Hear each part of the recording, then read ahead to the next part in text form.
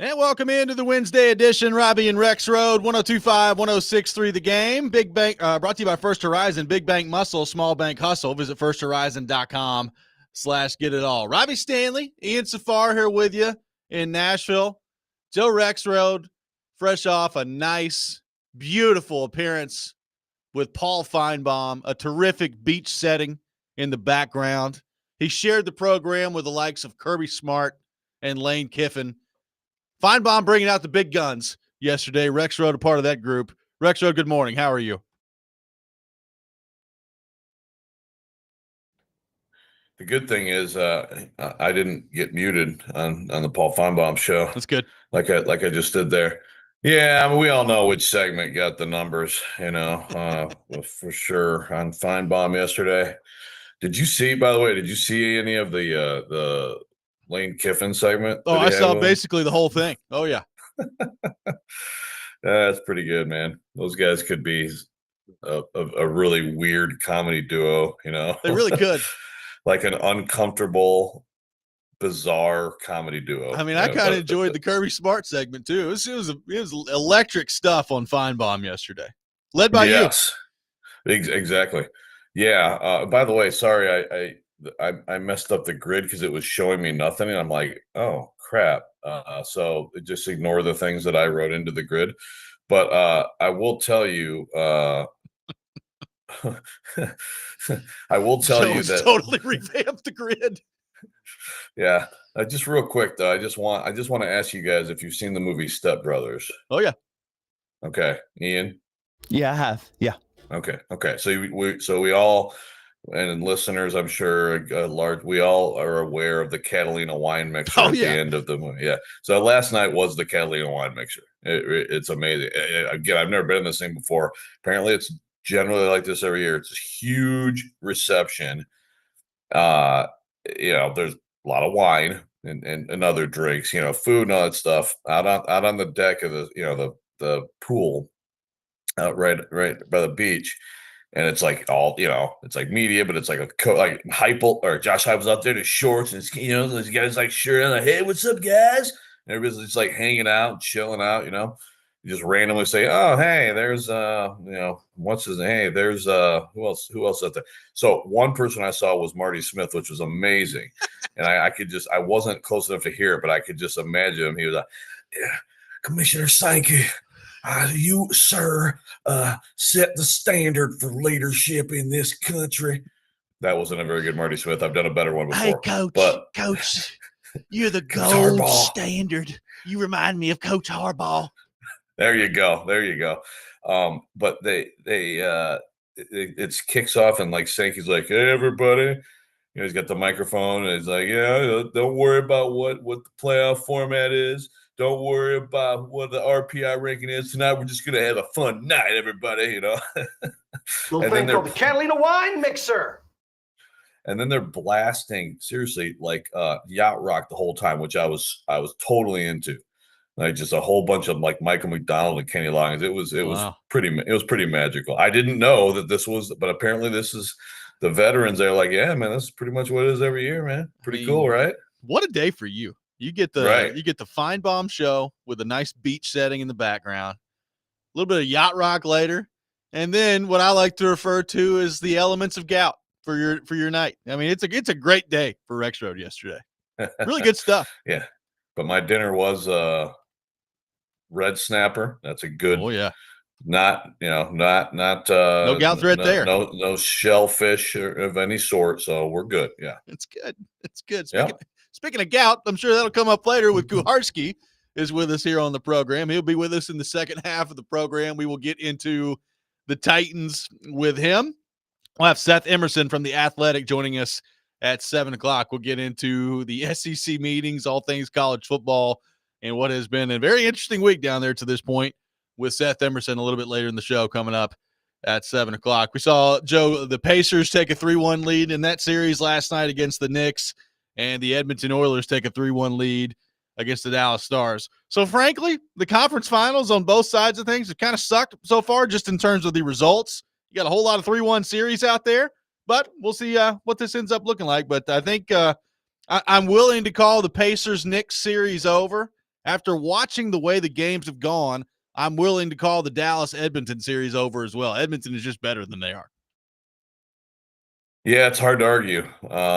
We're headed for, to me, a Stanley Cup final that's pretty exciting, and an NBA final that I hope is good. I mean, the Pacers are fun to watch. And look, I mean, Tyrese Halliburton, which is hilarious that like in like our athletic poll going into the playoffs, he won the most overrated player from the other play. I kind of get it because he's not like flashy. He doesn't do anything where you're like blown away by him. And also his shot is really weird looking. And did you see the Urkel thing that someone did with him? Oh yeah. I mean, it was actually kind of amazing. So I understand that, but my goodness, is 32, 15, and 12 with no turnovers. I mean, he's been unbelievable. So I'm hopeful that, because I think you're right. Although, last night was the first game between those, even though it's 3-1. I mean, the first game that wasn't like really down to the end, like really like a classic kind of game. So I don't know. I still feel like I can see the Knicks fighting back and putting pressure on them, but I think it's probably going to be them. And I am hopeful that we'll have an up and down, fun to watch final. Are you freaking out like everybody else in the NBA seems to be, that it's going to be an Indiana-Oklahoma City final and that no one's going to watch? That's what the concern seems to be, even though I think that could be a pretty good basketball matchup. Yeah, again, it's like, I'm sure there's some element of like the casual person but to me, like if you do like basketball and you're watching basketball because you like the sport of basketball, it's a pretty appealing matchup. Like, why do people, oh my God, they're from Indiana, I need someone from New York or I'm not watching? Like, what, you know what I mean? Like, I kind of love it. Yeah, That's like people watched when like it was Cleveland when it was LeBron, but I know that it was right. Like, it's really the players more than, and that's the thing. I mean, if you follow the NBA, I mean, I think everybody knows. I mean, SGA he's one of the guys. I mean, he's a superstar, and he really is that level of player. Halliburton, again, it's hard for me to like apply that term to him, because he's just like this really fundamentally sound, smart, just all around really good player whose dad just is talking trash left and right, and is good for him being back on the sideline. But there's not the star power and there's not the big market power, so I suppose that's probably going to play out that way. But I mean, if you like basketball, I don't know why you wouldn't be excited about this. Phase 3 for the Tennessee Titans starting this week. It is open to the media today, so we'll see lots of reports of Cam Ward and the Titans out there today doing OTA activities as Phase 3 opens up this week. Joe, we've talked about this period of time in the NFL before. A lot of sweeping conclusions taken away against drills that at the end of the day really don't mean a whole lot, but anything in particular that you're interested in and or looking for as the Titans begin Phase 3 of OTAs, which admittedly is more exciting than phases 1 and 2 when they do basically nothing. Yeah, certainly the QB reps, the QB performance. I mean, that's right. I mean, look, Will Levis is here, man. Will Levis is here. And so there's reps to be given to various quarterbacks. But, obviously you start with the number 1 pick and how he looks, and you have some comparison points. You're starting that whole thing, and that's going to become a daily thing where whoever's getting whatever reps, I mean, you're going to be watching how they both of those guys do in different situations. Certainly L'Jarius Sneed is is high level of interest in what's going on with him. I mean, those are the two that really stand out. The young receivers, how are they looking? Anybody standing out? Anybody consistently making plays? Like you said, like we'll say a million times, yeah, be careful to draw conclusions. But you'd much rather guys like that do good things in practice and look like players than not.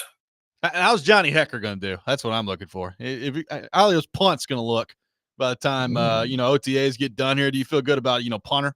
Punter could be used a lot this year.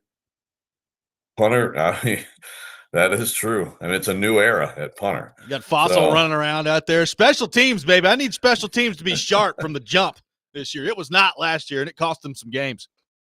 Yeah, like will Fossil be like the new Kerry Combs, where people are like, "Oh man, this guy's out here drinking coffee and yelling, and he is so energetic." Like, people are going to be excited following around the new special teams coach. I think people actually will.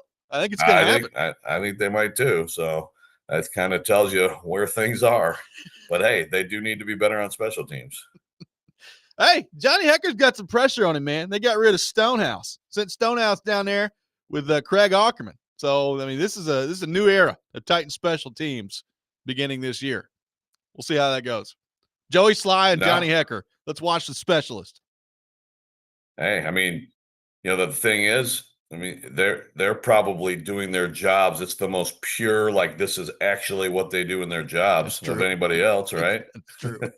Kick through the goalpost, pump the ball. I mean, I know Titans fans have probably not really gotten a great look at this over the last couple of years, Joe, but you're actually not supposed to let your specialist get hit out there. You're actually supposed to avoid that. So I think that they might be able to do that this year. Going back to it's been quite a tradition going back to Vrabel trying to, see if he could get Brett Kern killed. It's a new era of non-endangering Titans specialists, hopefully. It's a safe job once again around here. 615-737-1025, our phone number. We are off and running today on Robby and Rexrode. A very busy show planned for you today. Speaking of the NFL, couple of notable absences so far in the offseason for some prominent quarterbacks whose future is up in the air. We'll get into that coming up next. Take your thoughts at 615-737-1025. We will get Rexrode's thoughts from down in Destin at the SEC meetings later this hour as well. Lots of noise, lots of news items coming out of there. We'll get into all that. All that coming up. Robby and Rexrode, 102.5, 106.3, The Game.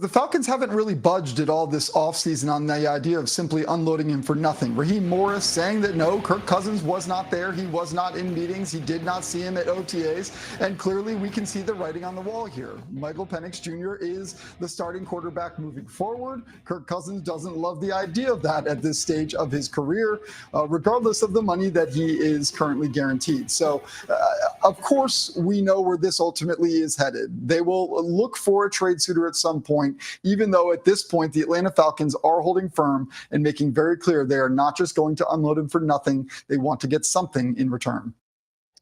That's Jeff Darlington from ESPN on the status of Kirk Cousins, who was not in attendance yesterday for the first practice of the OTA period for the Atlanta Falcons. As we know, Joe, Michael Penix, the starting quarterback in Atlanta, Kirk Cousins, to this point, has not been released, has not been traded, and he is sitting there as a very, very expensive backup quarterback at the moment with the Atlanta Falcons. So, Joe, I'm not surprised that Kirk Cousins wasn't there. And again, it's voluntary team activity, so it's not like he had to be there or he's going to get fined or anything like that. So I'm not necessarily surprised that he's not there.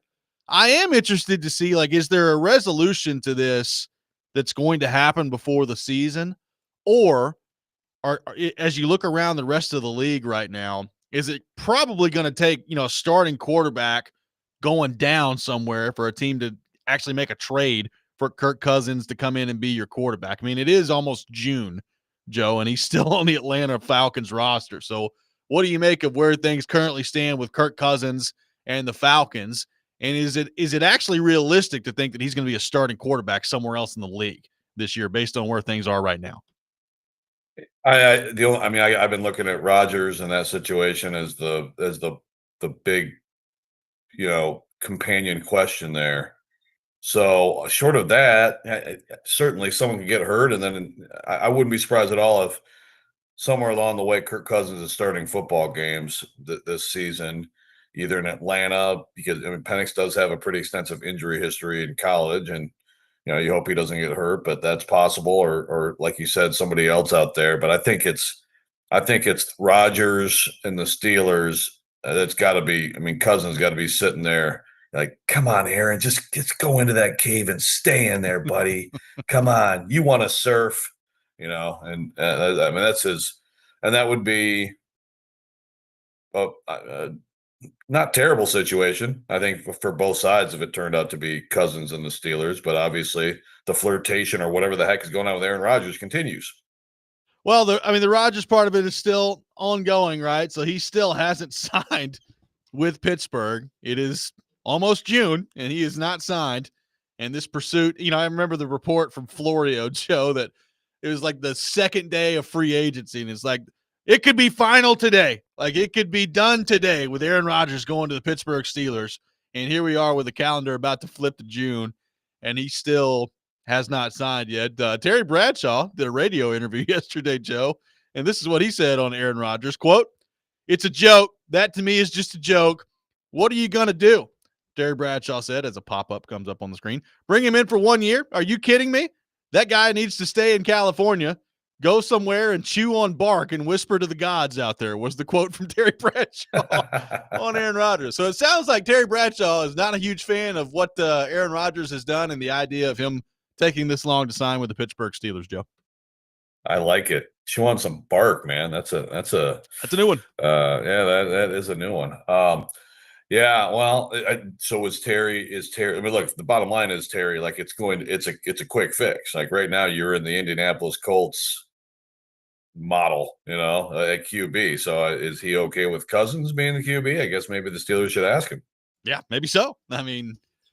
I would have to think, everybody keeps acting like there's no way that Rodgers can do this much longer. And it's like, well, at this point, he's missing the OTAs part of this.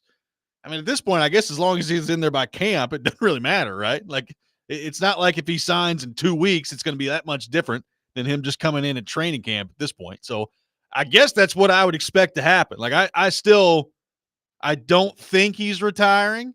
I think he's probably just going to sign here in a few weeks. And by the time training camp rolls around, He'll be the starting quarterback of the Pittsburgh Steelers. It's really weird. I don't know why it's taking so long, but it's really weird. Yeah, you got some players, of course, tire of the all season stuff.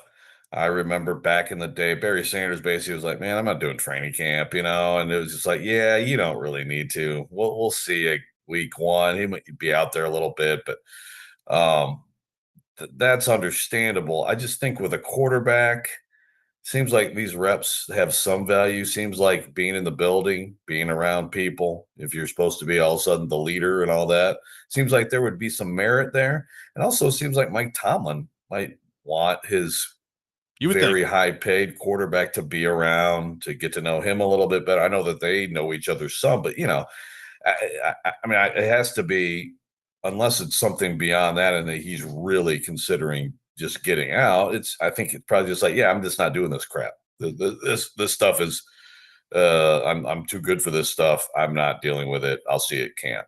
And it may work out fine, but it's not like Aaron Rodgers has been setting the world on fire lately either. I mean, I guess on the Cousins front, you throw Cleveland back in the mix. What's a fifth quarterback if you already got four? I mean, right? Just add another one to the list, and then say we'll keep the best four. The fifth one's getting cut. Just take up as many roster spots as possible if you're the Browns. Hey, it's worth a shot. By the way, is there any? I haven't really heard too much about it. I know there's really not much going on anyway, but it's just about like how Shedeur and Dylan Gabriel, like how they're looking compared to each other. I think I saw something last week where I think Pickett was getting the ones and Gabriel was getting the twos.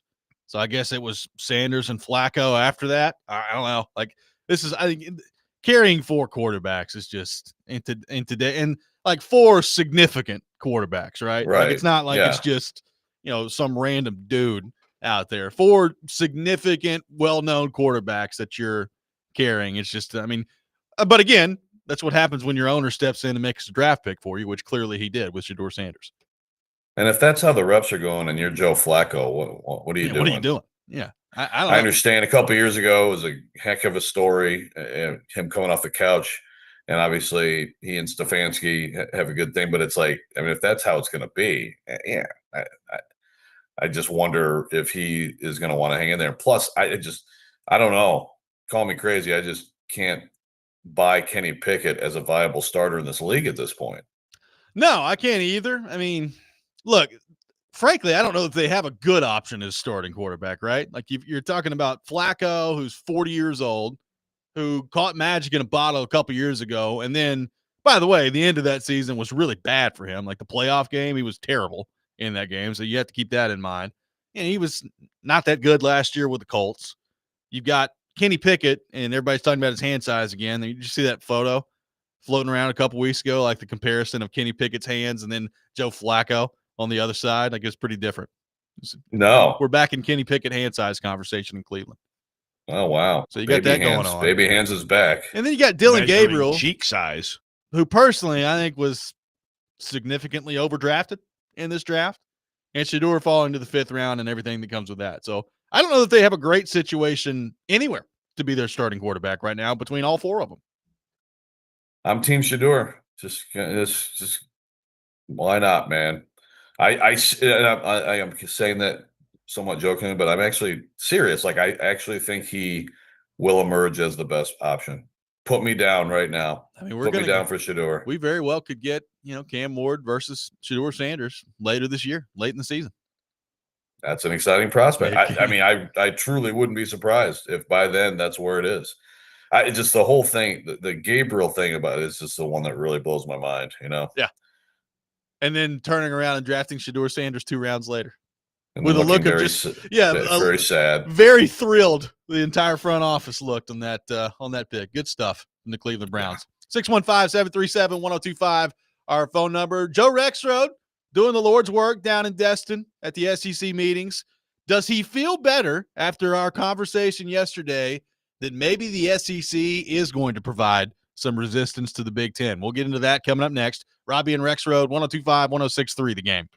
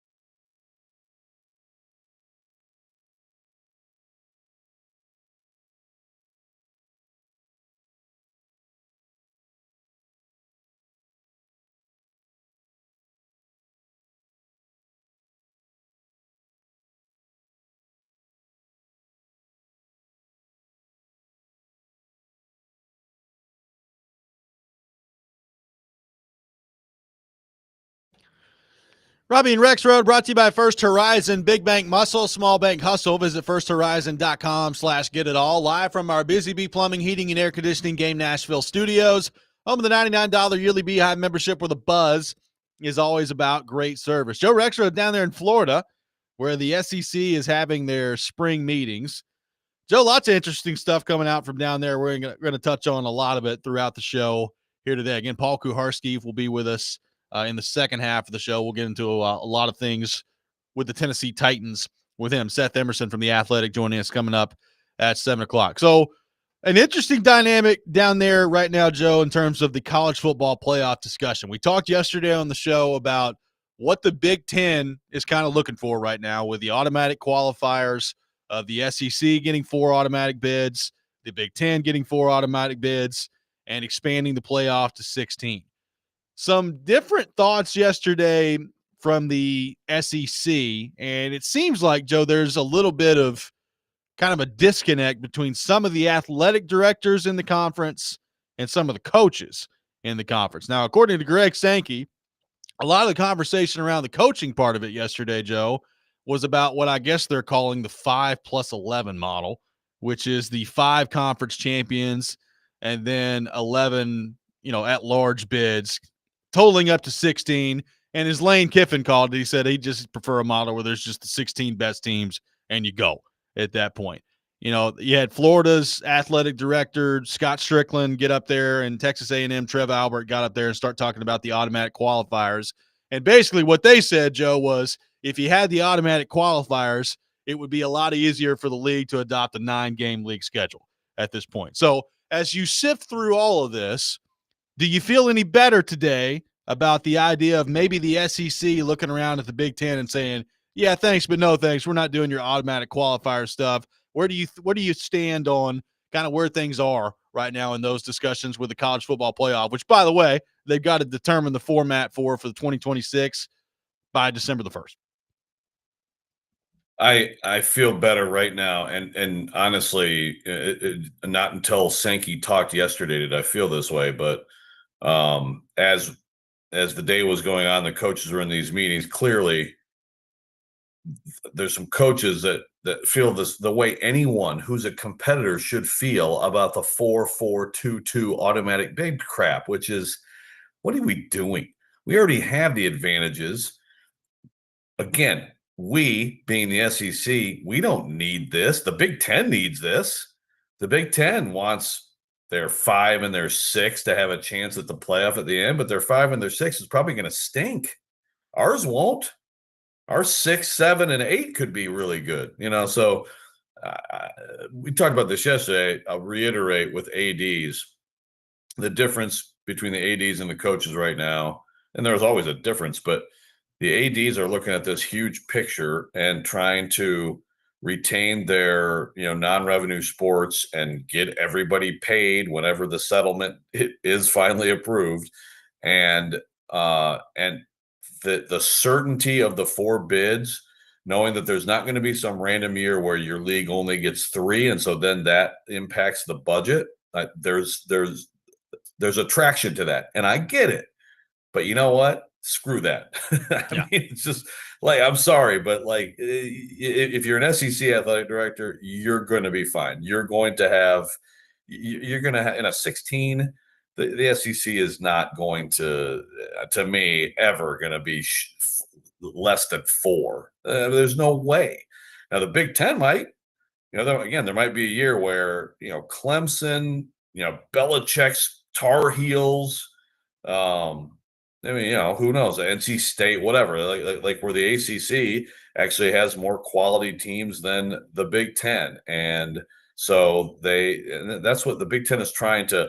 The Big Ten is being the conference that's like, well, we have more money, and so we get to have more access. Again, it's like Jerry Jones looking at the NFL and saying, hey, guys, good for you, Jacksonville Jaguars. I'll share the money with you. And good for you, Tennessee Titans and Arizona Cardinals. But we all know who moves the needle in this league, so I get a playoff spot every year. Sorry, just put me down for a playoff spot. We are the Dallas freaking Cowboys. I mean, imagine that kind of conversation. People would – it would be loud. Of course, it wouldn't even be uttered, and it would be laughed at if it was. But that's, to me, what you're basically saying. So I have hope, because Sankey yesterday said, I'll see if I can find the quote. The quote at the coaching level, the question is, why wouldn't that be fine? Why wouldn't we do that? We talked about 16 with them. Why wouldn't we do the 5+11, which again is 5 auto bids, just like it is now, and then 11, and that's what it has to be. I mean, look, I hate 16. Agreed. I'd like to. I know you didn't like 12, and that's where we are. I'd love to see us roll with 12 for a while. Overall, it wasn't a perfect playoff last year, but I didn't hate it. There's some things I didn't like. The seating, they fixed that. As we've talked about, I'd like to see the home sites, like to see more, home sites, and get away from these bowl games having to be involved in everything. But for the most part, I didn't hate it, and I would like to see us do more of it. And all of a sudden, we have to change again. But that ship has sailed.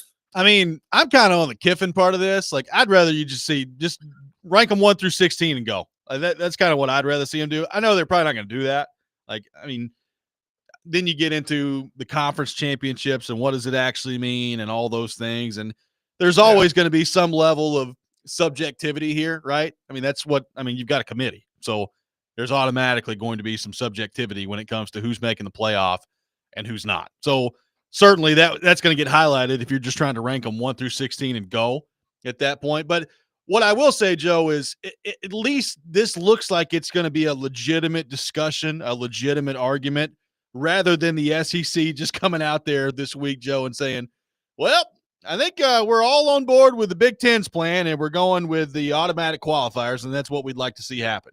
It's clear that some ADs feel that way, and it's also clear that some coaches think that that's a stupid idea. So I'm hoping the coaches win out here. Yeah, and look, like Greg Sankey, it's very clear, especially from the Monday presser. Like, I mean, Sankey is ticked off. He's ticked off at what the ACC and Big 12 are saying, but I think it's because he knows that that there's some truth to it, right? Like he understands that, and when you have lawmakers, I mean, lawmakers say a lot of stuff. Okay.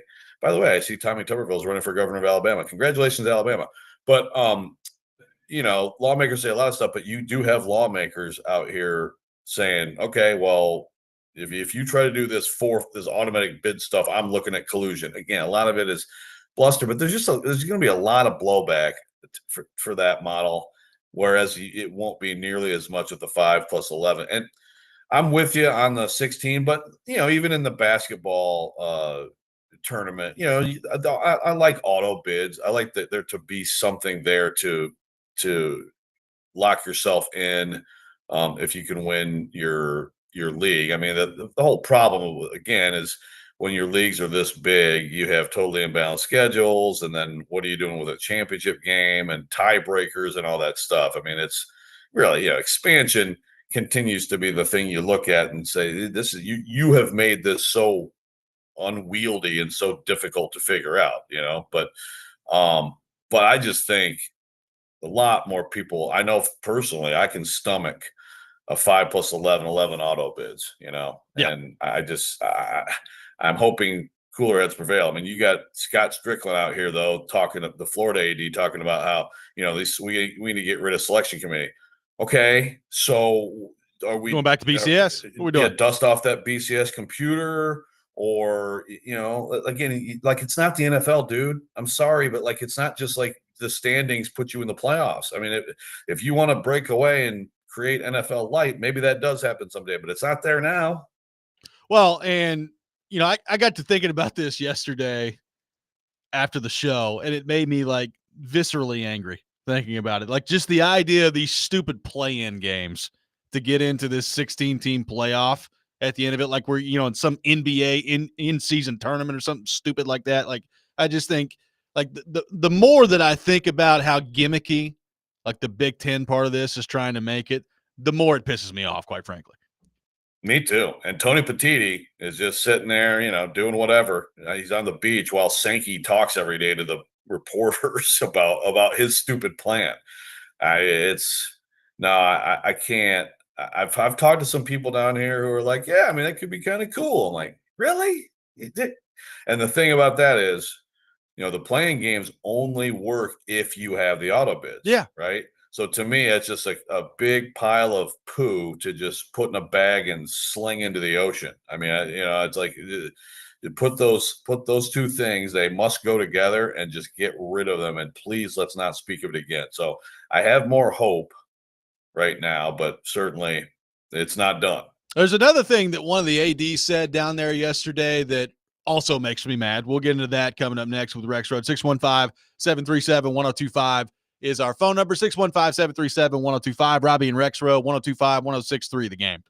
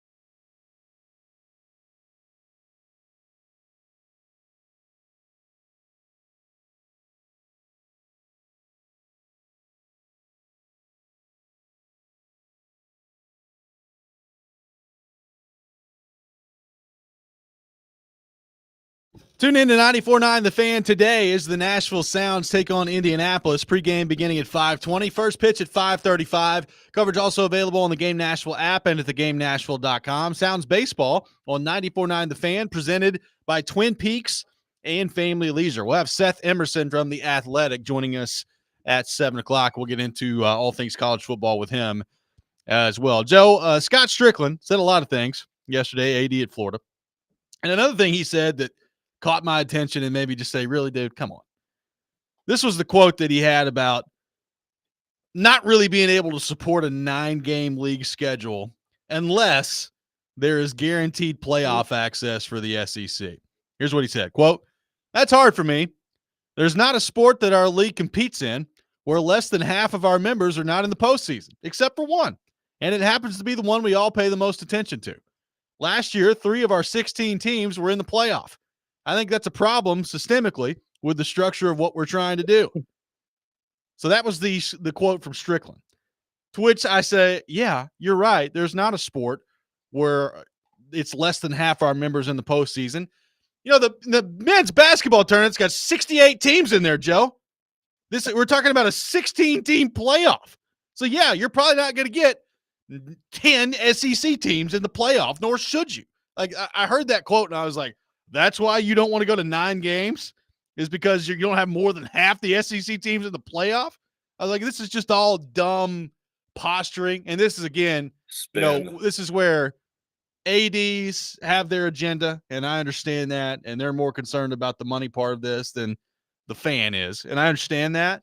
But, like, I hear that if I'm an SEC fan, and it's like, dude, just have a little bit of competitiveness to you. Like, if you're as good as you think your conference is, then why are you this worried about automatic qualifiers? You're going to be fine.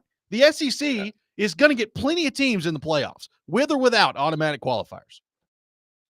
Yeah, math is hard, Scott. But yeah, that is, and that's just a disingenuous comment. I mean, right? Like, it has to be. Like, it's frustrating. It really is. And honestly, we've talked for years now about the 9-game schedule, and I know I've called the SEC soft for not doing it. At this point, again, I think I said this yesterday to Feinbaum. I was like, you know what? Play 7 if you don't do the auto bids and the play-in games. Okay, I do agree with the idea that if you go look at a Big Ten team's 9-game schedule last year and you compare it to a lot of like if you really dug in on the 9-game schedules of the Big Ten teams last year and the 8-game schedules of the SEC teams last year, there's a lot of SEC schedules that I would still say that's a more challenging road. Yeah. And so while I would like to see it go to 9, it just seems to make sense. It's still not going to be apples to apples because it is the toughest league, because there are that many quality programs, players, coaches. It just means more, Robby. No, but really, like, there's just way more quality in the SEC than the Big Ten or anybody else. So I can live with, again, like this whole hold it hostage and, okay, we'll do the 9th game if you do that. Nah, okay, keep your 8 games then. And again, keep your 8 games. And also, I would hope that would keep things going with at least one good non-league game, because there's all that talk this week too from Greg Sankey and others about some ADs are, talking about, why am I playing this game? To me, if you want the committee and you want strength of schedule to matter and you want those, you better have some comparison points from other leagues where it was like, well, I mean, look at what, again, like last year, right? Man, look at what Georgia did to Clemson. I think that helped. I mean, that was a narrative builder. That was a perception game. And if we don't have top teams from these various leagues playing each other at all, then how are we going to compare them? Yeah, I guess we're just going to. I mean, I guess if you're the SEC, it's like, well, we just know we're the best then, so just give us all the spots. But we need to have interconference games that matter. And so if it staying at 8 also means those games stay, okay, fine. You can't get rid of them. Well, and look, I'm also with I do think there's way too much in college football. And we've talked about this, and it kind of rears its ugly head every year when we start talking about this committee.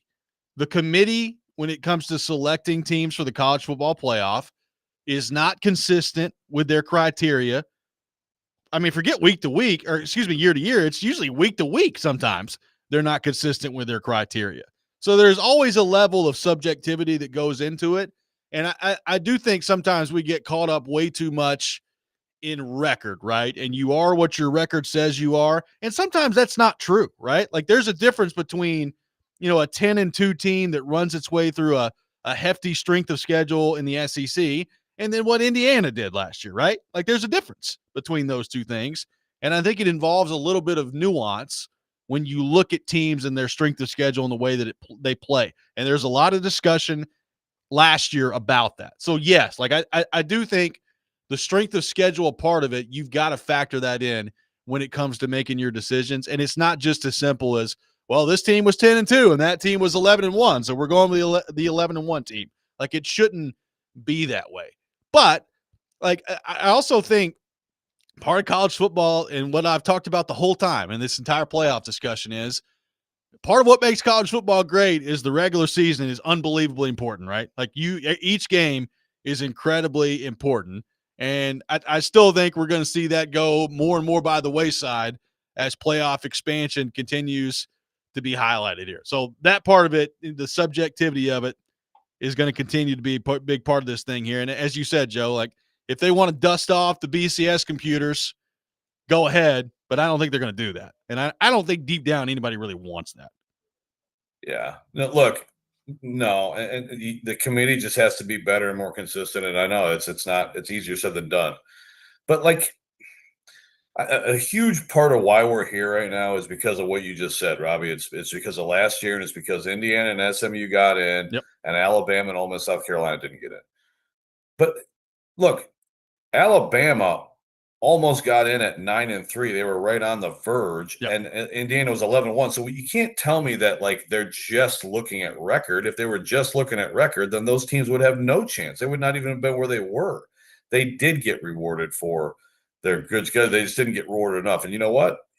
It's absolutely a fine argument to say that Indiana, SMU, Alabama. I mean, I think I said I would have put South Carolina in there, but whatever.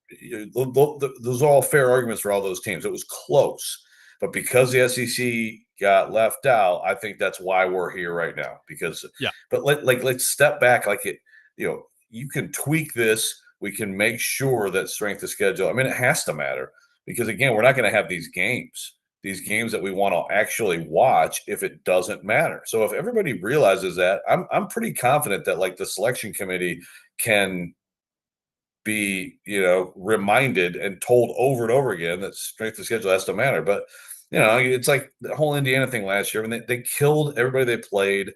Yes, they did not play a great schedule. They ended up getting smoked at Ohio State, but if you watch the game, their punter, like it was really close. I think they should have been in, but I mean, I think that's a huge part of this. But like in other years, the SEC is going to get like 5-6 teams in, and I really believe that. It's just this happened to work out this way last year, and so everybody's freaked out. I just think they're overreacting. I did enjoy Kalen DeBoer's quote about you wonder what would have happened if other people would have played our schedule. It's like, well, you did lose to Vanderbilt and Oklahoma, man. So, yeah, like got blown out by Oklahoma. Yeah, like there is some personal responsibility to your schedule and the way you lost games. So keep that in mind. 615-737-1025. Our phone number, 615-737-1025. Seth Emerson from The Athletic will join us coming up next. We'll get his thoughts on everything going down at the SEC meetings in the future of the college football playoff. Robby and Rexrode, 102.5, 106.3 The Game.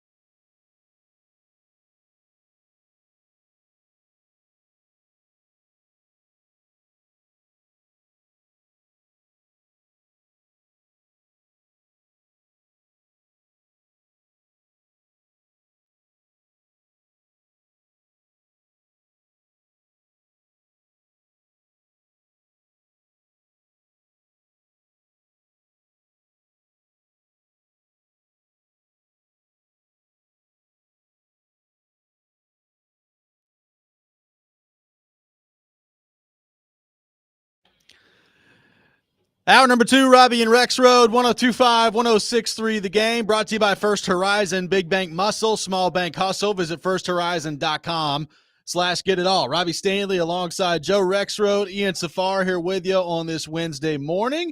And we head to our 102.5 The Game phone line, driven by WilsonCountyHyundai.com. And welcome in our friend Seth Emerson from The Athletic. Seth, good morning. How are you? I'm doing well. Awesome, man. Appreciate you taking time to be with us this morning. So, Seth, we've had heavy discussion about the college football playoff, the future of what that could look like as the SEC spring meetings are going on down there in Florida. So your thoughts on what Greg Sankey said about what he's calling the 5+11 model, where that comes down and kind of the way you'd like to see things go here as opposed to maybe what the Big Ten is throwing out there with the automatic qualifiers as it relates to the college football playoff? Well, the 5+11 model is essentially what we have now, just adding 2 teams. And it's interesting that Sankey is floating it and talking to the coaches about it because it kind of backs up what we've heard throughout this process of talking about the automatic bids, that the Big Ten and Tony Petitti, the commissioner there, it is pushing that more than the SEC. But we do have like a little bit of a, it's not a fissure. They're not like duking it out, but I think Sankey, he hasn't said this, but I think he's nervous about automatic bids from the standpoint of an antitrust challenge.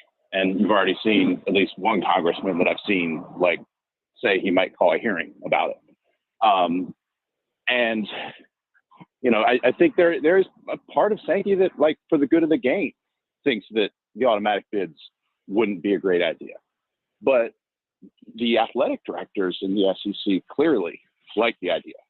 Talking to them the last couple of days, Scott Strickland talked for a while and bluntly to the Florida AD about, that he just doesn't see this model working anymore with the selection committee, and that automatic bids is a way to protect. And that's the word that Trev Alberts used, the now Texas A&M AD, that like if you protect the SEC, then you can have 9-game schedule so that you can incur more losses, but you're still guaranteed at least 4 teams in.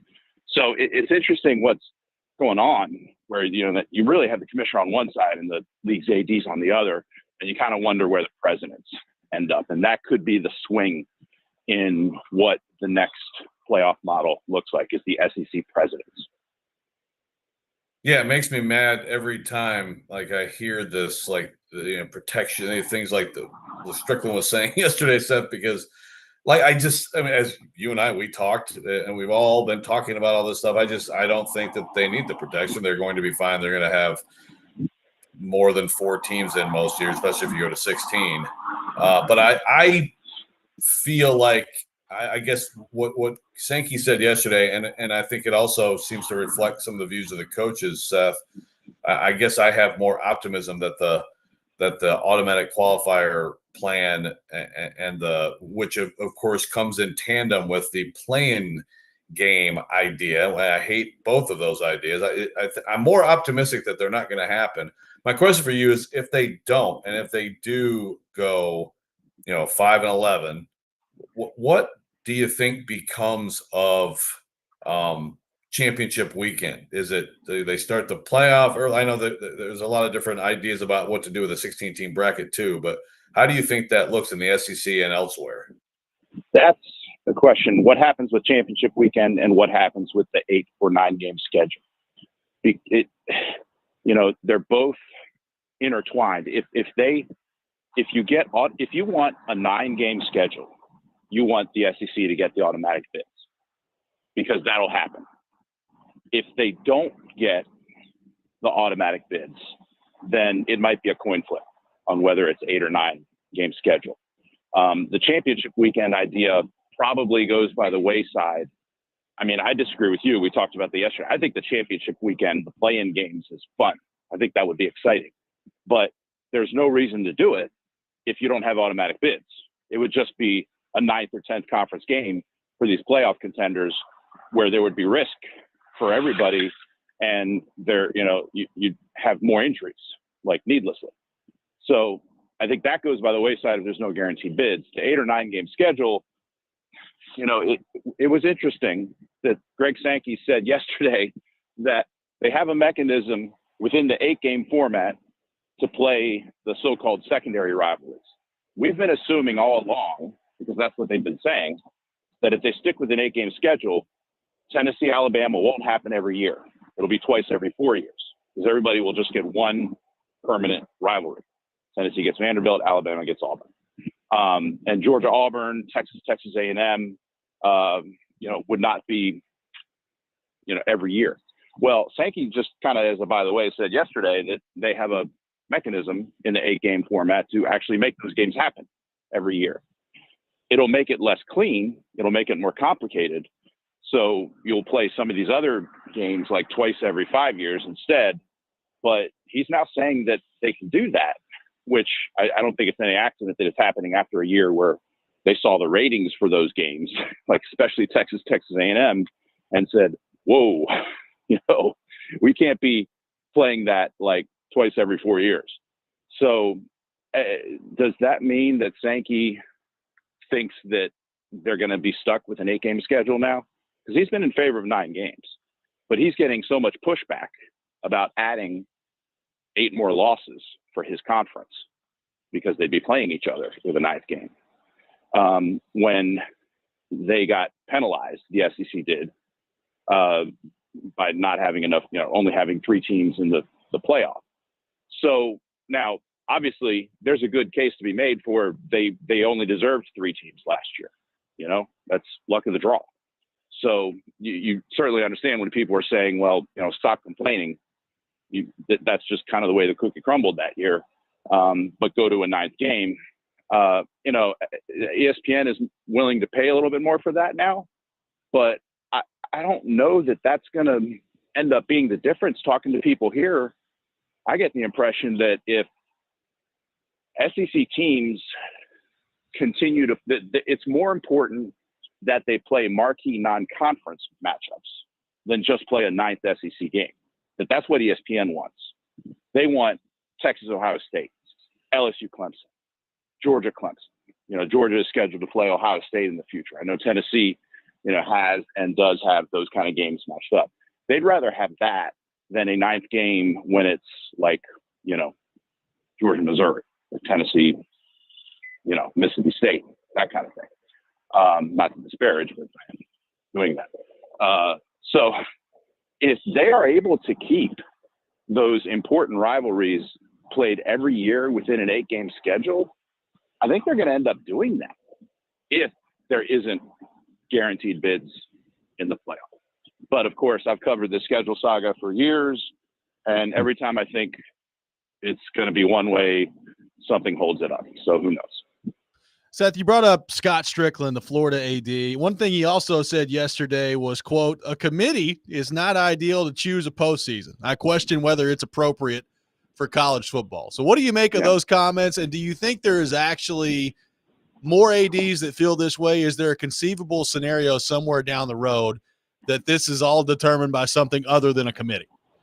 Yeah, we've been talking about, I've talked to several people here about whether there's some possibility of like, a combination, like half is a committee vote and half is a schedule strength, like hard criteria. And I could see that. And I think that's kind of some of what the SEC is angling for in this next format. There's even been people have kind of thrown out the idea of just go back to the BCS computers and use that.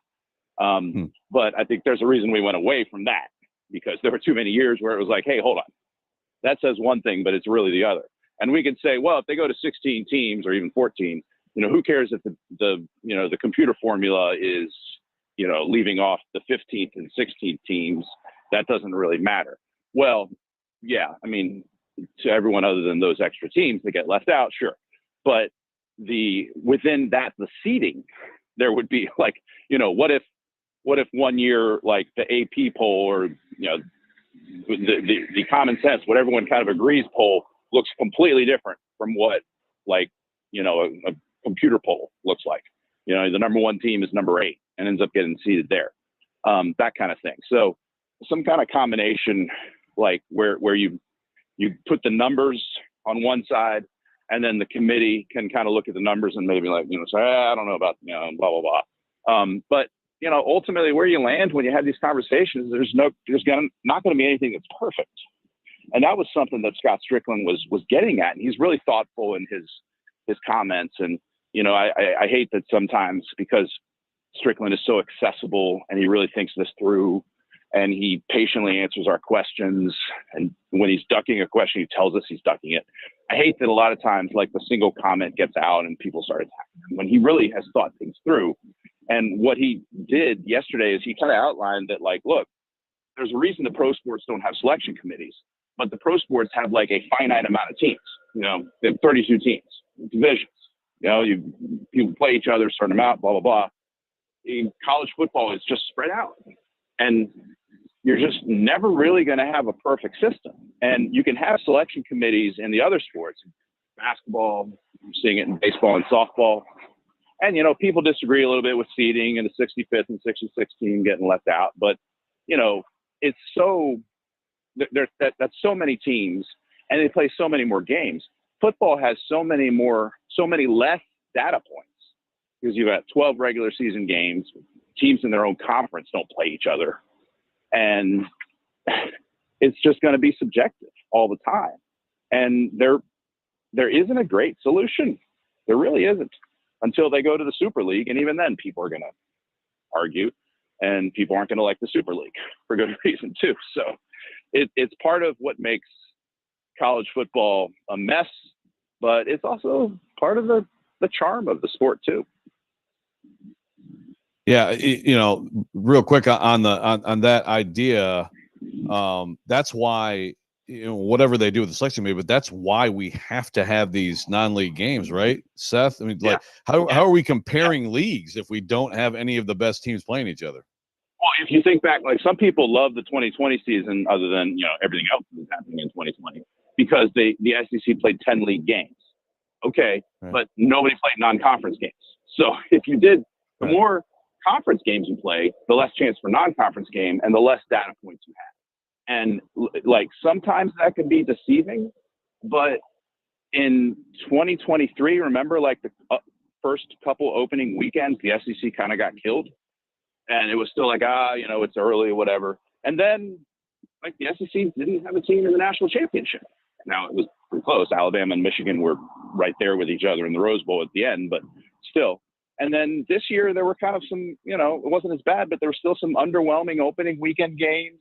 And lo and behold, the SEC, doesn't have a team in the national championship again. And its champion, Georgia, got beat pretty soundly by Notre Dame. So sometimes those non-conference games can be pretty reflective. And for ratings reasons, I talked with someone at ESPN about this. A lot of people think ESPN is like this bogeyman that's just all about money, ratings. But this person I was talking to was talking very, like, smartly, I thought, about, like, the game and the fairness and everything. And it was kind of saying, like, look, they need to play these non-conference games, not just because of the ratings, but because they're a good data point for comparing leagues as the season goes on. So, I'm kind of talking myself back into, like, maybe they should stick with 8 games here as I'm talking out loud. Well, Seth, really good stuff, man. Appreciate so much you taking time to be with us this morning, and we will talk to you soon. All right. Talk to you later. Yep, Seth Emerson from The Athletic, our guest. Lots to react to there from Seth, plus a mini rant that Kirby Smart went on yesterday. We'll get into all that coming up next. Robby and Rexrode, 102.5, 106.3 The Game.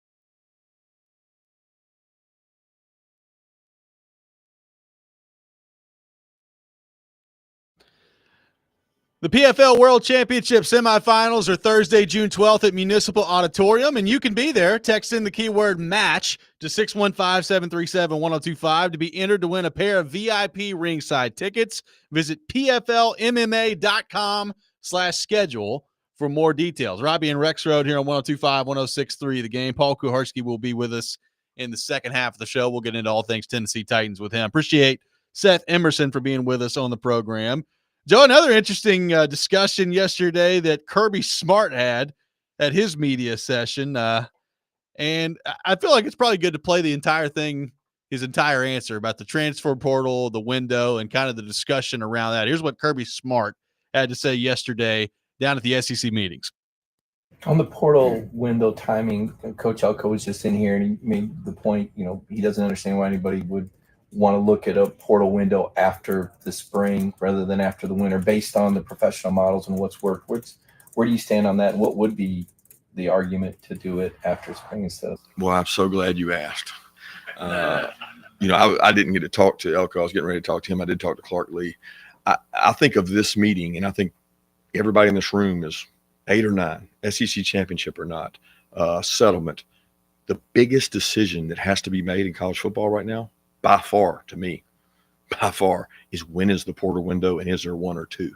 Okay, that's not being decided by us today. A lot of people don't even know how it's getting decided, who's deciding it. But I need you to think for a second. There is a strong contingent. We had an AFCA meeting. We had a meeting in which we unanimously decided that there really needed to be one portal window. Whatever that is what it is. And it needs to happen sometime in January. There is an outcry. There is schools. There's different conferences that feel like it should not fall during the play-in season. I would love that. I would love to be able to play the season without it. Is basketball able to do that? Or do they deal with the portal during their championship? I'm asking. During the tournament. What do we deal with during the final, let's call it maybe 4 teams? I don't know if I'm exactly right on that, but roughly we're down to 4. We deal with that. Okay, that's because of the academic calendar for us, for the academic calendar falls. And everybody doesn't have that incongruency. Oh, by the way, we had to deal with that multiple times. It's not fun. It's not fun. It's really hard to be playing in a championship setting and having to deal with that.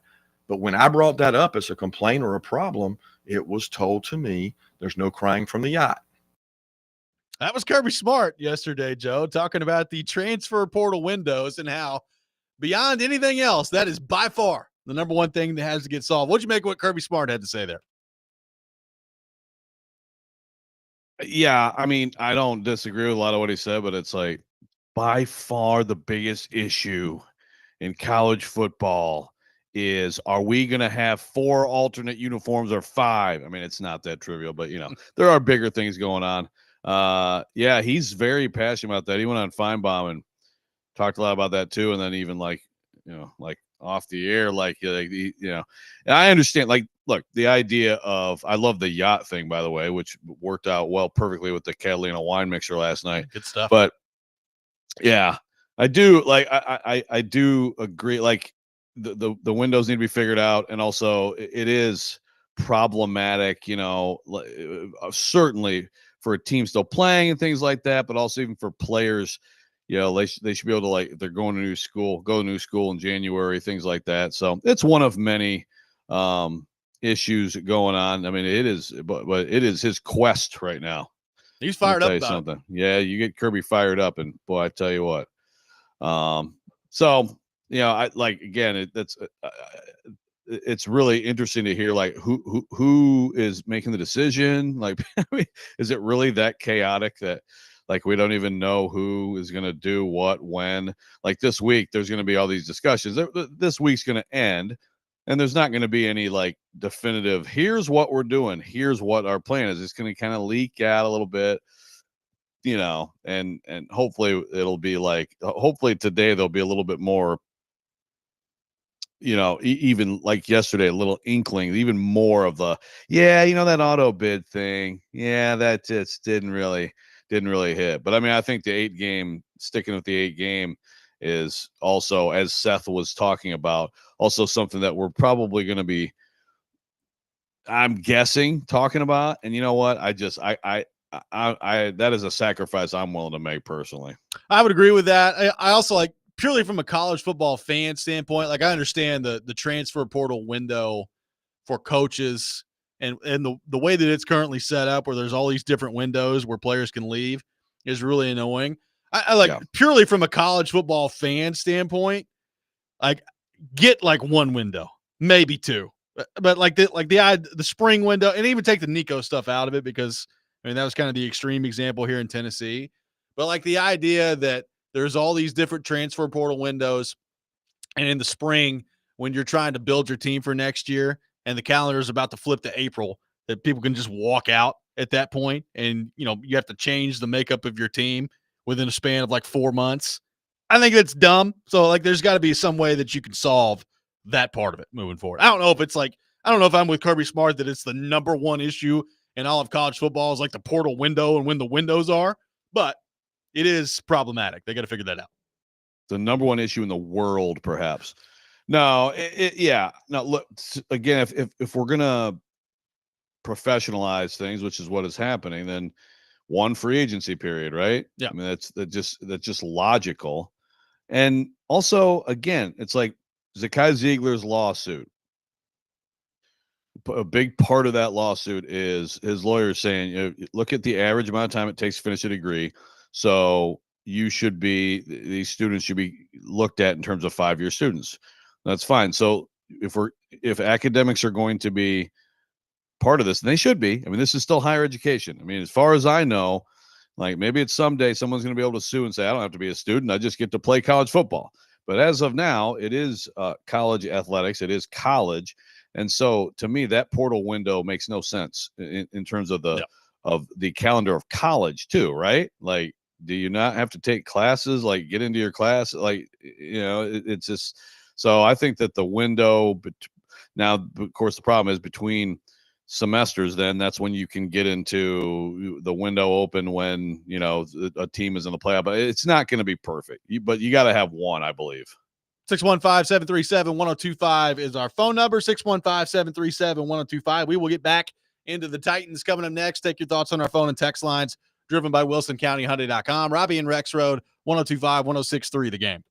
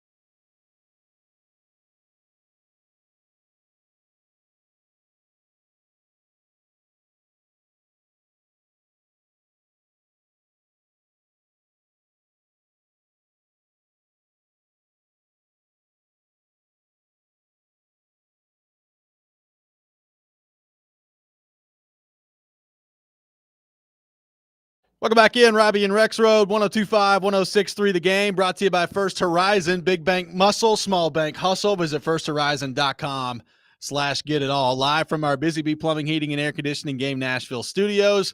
Home of the $99 yearly Beehive membership where the buzz is always about great service. Robbie Stanley, Joe Rexrode, Ian Safar. Paul Kuharsky from paulkuharsky.com is with us now here on the program. Paul, good morning. How are you? Greetings, people. I am very well. Thank you. Appreciate you taking time to be with us today. Rexrode down in Florida. Did you happen to see the clip of Rexrode on the beach doing the show with Paul Feinbaum yesterday? It was a beautiful setting in the background there. Wow, look at you, big timer. I did see the setting. I did watch Lane Kiffin's incredibly awkward stop and start interview. Yeah. I mean, content's not bad, but the awkwardness is just painful. Big hitters yesterday on Feinbaum with Kirby Smart, Lane Kiffin, and Joe Rexrode out there.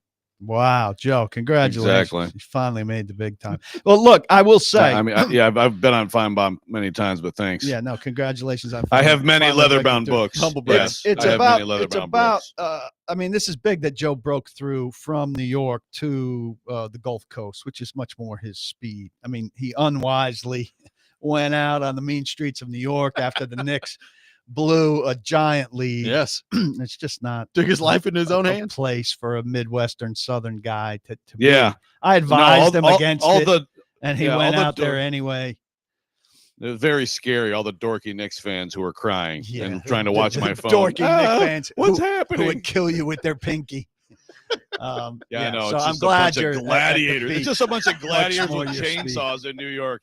You got your finger on the pulse of things. Listen, buddy.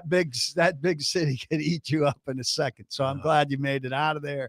I know you called me for like a crisis management. You're playing tough now on the radio, but I'm glad I could talk you through it and get you down to Destin or wherever you are there. More your speed. Don't need security. Didn't have to call me for any talking through it. So good job. Wait, what did I need from you? You called me to talk you through it and then talk you down. Helped you chain the door when you got back to your hotel. Okay. All right. He said, okay. All right. I knew it'd go sure like thing. this on the radio. Sure thing. There's the honest Joe off the air and then tough man Joe. Tough guy Joe. Tough guy Joe. PK, I think your Knicks are cooked at this point, by the way, speaking of. Yeah. Are you out again? Are you going to watch Game 5? Oh, I'll watch it because they'll win Game 5. Because the league needs it. But look, I got last night. I think I got the good taste of that the NBA officiating is on par with not that I mean the Pacers are a superior team to the Knicks, but the NBA officiating is on par with the NFL officiating. The Knicks weren't going to win it. But the Pacers were allowed to just I thought if you get out of control and just throw crap up, you get called for some offensive foulage. And I was especially frustrated being a fan of the other team in this game with the officiating. But the Knicks just they can't hold up to these guys. Unfortunately, they go on their own runs, but they can't defend. Yeah, that's the problem. They can't stop them. It's a problem this time of year. So PK phase 3. Hey, Joe, have you crowned Oklahoma City for multiple championships? This is a big problem in NBA commentary. When Robby and I did 3 shows in your absence last week, we talked about it. But I mean, the league commentators, I guess they have nothing else to talk about. They're talking about Oklahoma City's 3rd championship right now. They've crowned them a dynasty before they've even advanced to the final. Yeah, I think they should win one. You know, they win one, and then people will talk about dynasty, which you could still rip on that too. But I mean, look, you win a championship and you have a young core, people talk about it. But win the championship. Yeah, be a nice thank start. you for at least allowing for that. Be a nice start for OKC. We'll see how that goes in the next series. So PK phase 3 beginning today. You all be out there later watching the Titans in phase 3. Like really my interest this time of year kind of begins and ends with Cam Ward, but what are you looking for today as the Titans are on the field for the OTA part of this? And as Brian Callahan alluded to last week, probably the most meaningful part of the offseason program before you get to the actual training camp coming up? Well, it begins and ends with Cam Ward in terms of what we'll be watching on the field for sure, but lot of other storylines there. And we'll see 7-on-7 and 11-on-11. So cornerbacks and receivers will really be highlighted here. How do the receivers look against a more experienced, shall we say, bunch of defensive backs? I'm curious about these undrafted rookie defensive backs who've gotten some reasonable guaranteed money coming out. And then some questions after the fact, hoping to talk to Will Levis about, it's open to us as guys come off the field. I don't know how well we'll do at stopping people. We want to talk to L'Jarius Sneed about what's going on with him. Want to talk to Will Levis about adjusting to the backup role and his work with Jordan Palmer. Jeffrey Simmons, I'm not sure if he'll be there or not, quite frankly, but would like to talk to him about all this leadership buildup. And he's got a legal issue with the child support stuff. So those are top of mind things going into today. And then we'll talk to the coordinator. So we'll talk to Fossil for the first time about special teams philosophy, which is, I think, the most interesting thing there amongst the coordinators. So I know you guys got into this, but I didn't really hear PKs. Robby and I talked about it yesterday a little bit, but the leadership attempt / structure / changes. What are your thoughts on all of that, PK? Yeah, I know some people are some people, quote unquote, don't like people it or find it hokey or whatever. I mean, I think the more opportunities you can create for leadership and to penalize things that are connected to the things that killed this team, there's not much going on in phase 1 and phase 2. So to maximize what you can get out of those phases where you're working alone, you're not going offense against defense and all of that. And to be able to say there was a false start right here and there are going to be consequences for that. And that's going to be at the top of the board that this guy is a multiple offender, and, have the lady ring the bell and say, shame, shame, shame. I think that's a good thing. We're going to beat it into you guys that this is not acceptable. And now this week we start to add positive points when you do more positive things because you have more chances for that. I have no problem with the whole system.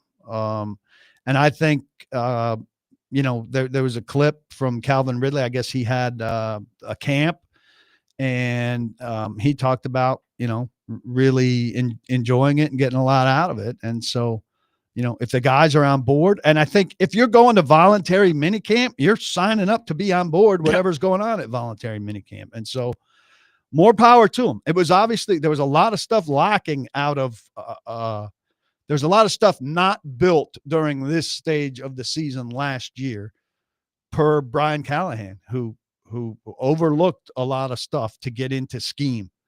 And that's not happening this year. Now, will it benefit them? We'll see. But I'm imagining they're going to be, if things go better, they're going to be callbacks to this time of season where he says, yeah, we built some foundational stuff. PK is with us the rest of the show. We'll take your thoughts, your questions on the Titans. 615-737-1025, our phone number. 615-737-1025. We'll have the Rex Rant with Joe Rexrode coming up next as well. All that ahead. Robby and Rexrode, 1025, 1063, The Game.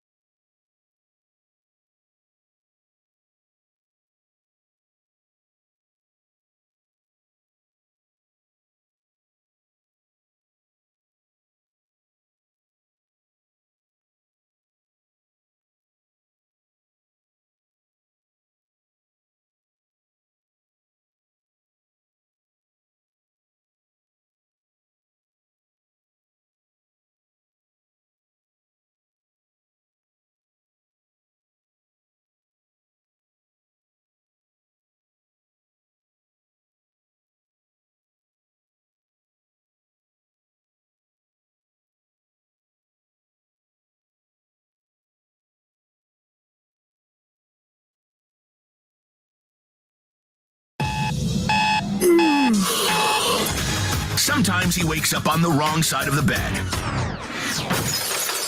And sometimes he's just, well, Joe. Awkward moment. Let's do it. This is the Rex Rant, now on Robby and Rexrode. Hey, what's up, guys? Little thing called the Catalina Wine Mixer. It's our marquee event every year. So last night was the Catalina Wine Mixer. I'm just going to come out and say it. I'm ready to take on the Catalina Wine Mixer. A lot of wine. Commissioner Sankey, you, sir, set the standard for leadership in this country. It's the Catalina Wine Mixer. It's the big leagues. No, I get it. Don't let me catch you slacking. If I catch you slacking. Coach, you're the Coach gold Harbaugh. standard. You remind me of Coach Harbaugh. In the time of chimpanzees, I was To the Fat and Bald Show. butane in my veins and I'm out to cut the chuggy with the plastic. It is that time of the day. And I'm going to egg your house. Yo, Time for the Rex Rant.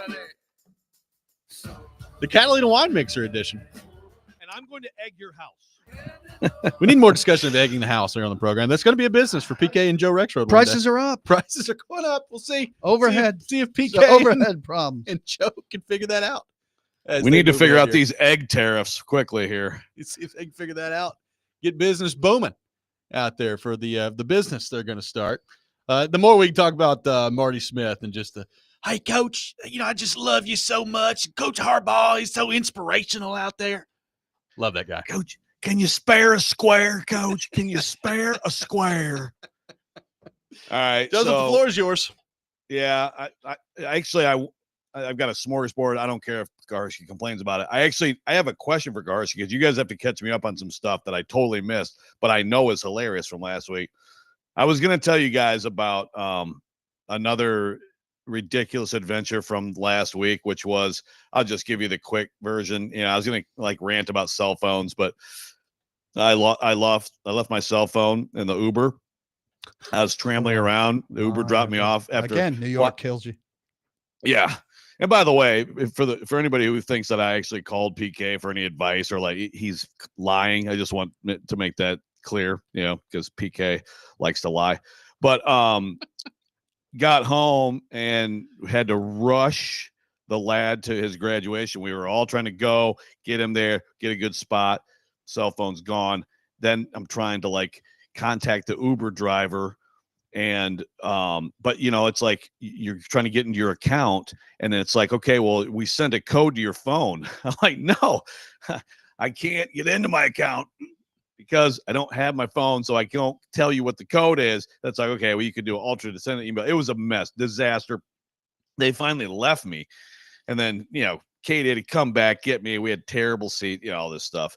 And then the next day, as we're about to drive to Indiana after a night of no cell phone, after Katie's calling the driver, leaving all these messages, And the next day, as we're packing for Indiana, I found it in the in one of my drawers, which I had apparently thrown it in there in a. It's a heck of a week for you, man. I mean, it's just incredible. Well, I haven't even gotten in. Hard. I haven't even gotten into the car. That as soon as Katie rented it, a rock hit it, and so you had and then there's been this spreading spider line on the windshield, and then as I'm driving to Destin through the most desolate part, where there's in southern Alabama, there's no cell service or nothing. Then all of a sudden my tire starts to beep at me that it's losing air. You are a cartoon show. So. Now I don't have time for the rant that I was going to switch to. So. Well, he did. PK, did you hear about, we all know the tick bite, everything, the Real ID stuff, everything that went on with that last week. He also ran out of gas. He ran his family out of gas on the side of the road. A very eventful week last week. Where did you run your family out of gas? Kentucky. I mean, I can't redo yesterday's rant, but yes, my whole thing was let's get to Kentucky where the gas will be cheaper. So the light went on the other side of Louisville. I'm like, all right, we'll get to the other side of Louisville. It'll be cheaper. It was 20 cents cheaper, by the way, per gallon. But we ran out of gas about a mile and a half before the exit. Well, that makes it all worth it. That was really good. Okay, so in the time we have left, so what happened with you and Stilly? We don't need to get into that. No, I need to know. We don't need to get into Stilly says that. Was this Floyd, FCC? In all seriousness, we really I'll give it to you very quickly. Stilly said on air that Floyd told him his radio preparation saw reminded that. him of Tom Brady's football preparation. That stands for itself. And if you check the current ratings, their preparation's really paying off. So there you go. There's the Cliff Notes version of what happened last week. So there you go. Okay, but I had a field day. I had a field day with that. Okay. I mean, send me some audio of this. I haven't heard it. Well, talk to your producer. I don't have control of the audio. I mean, if you what was your rant going to be? I was going to rant this argument I'm getting into in the YouTube chat. I'll save it for another day. It's a good one to save. It's a worthwhile I'll go look topic. at the YouTube chat. There we go. 615-737-1025. Our phone number 615-737-1025. PK with us the rest of the program. We got a lot of your thoughts to get to on the Tennessee Titans. We will do that for the next hour. Keep your questions coming for PK. 615-737-1025. Robby and Rexrode, 102.5, 106.3 The Game.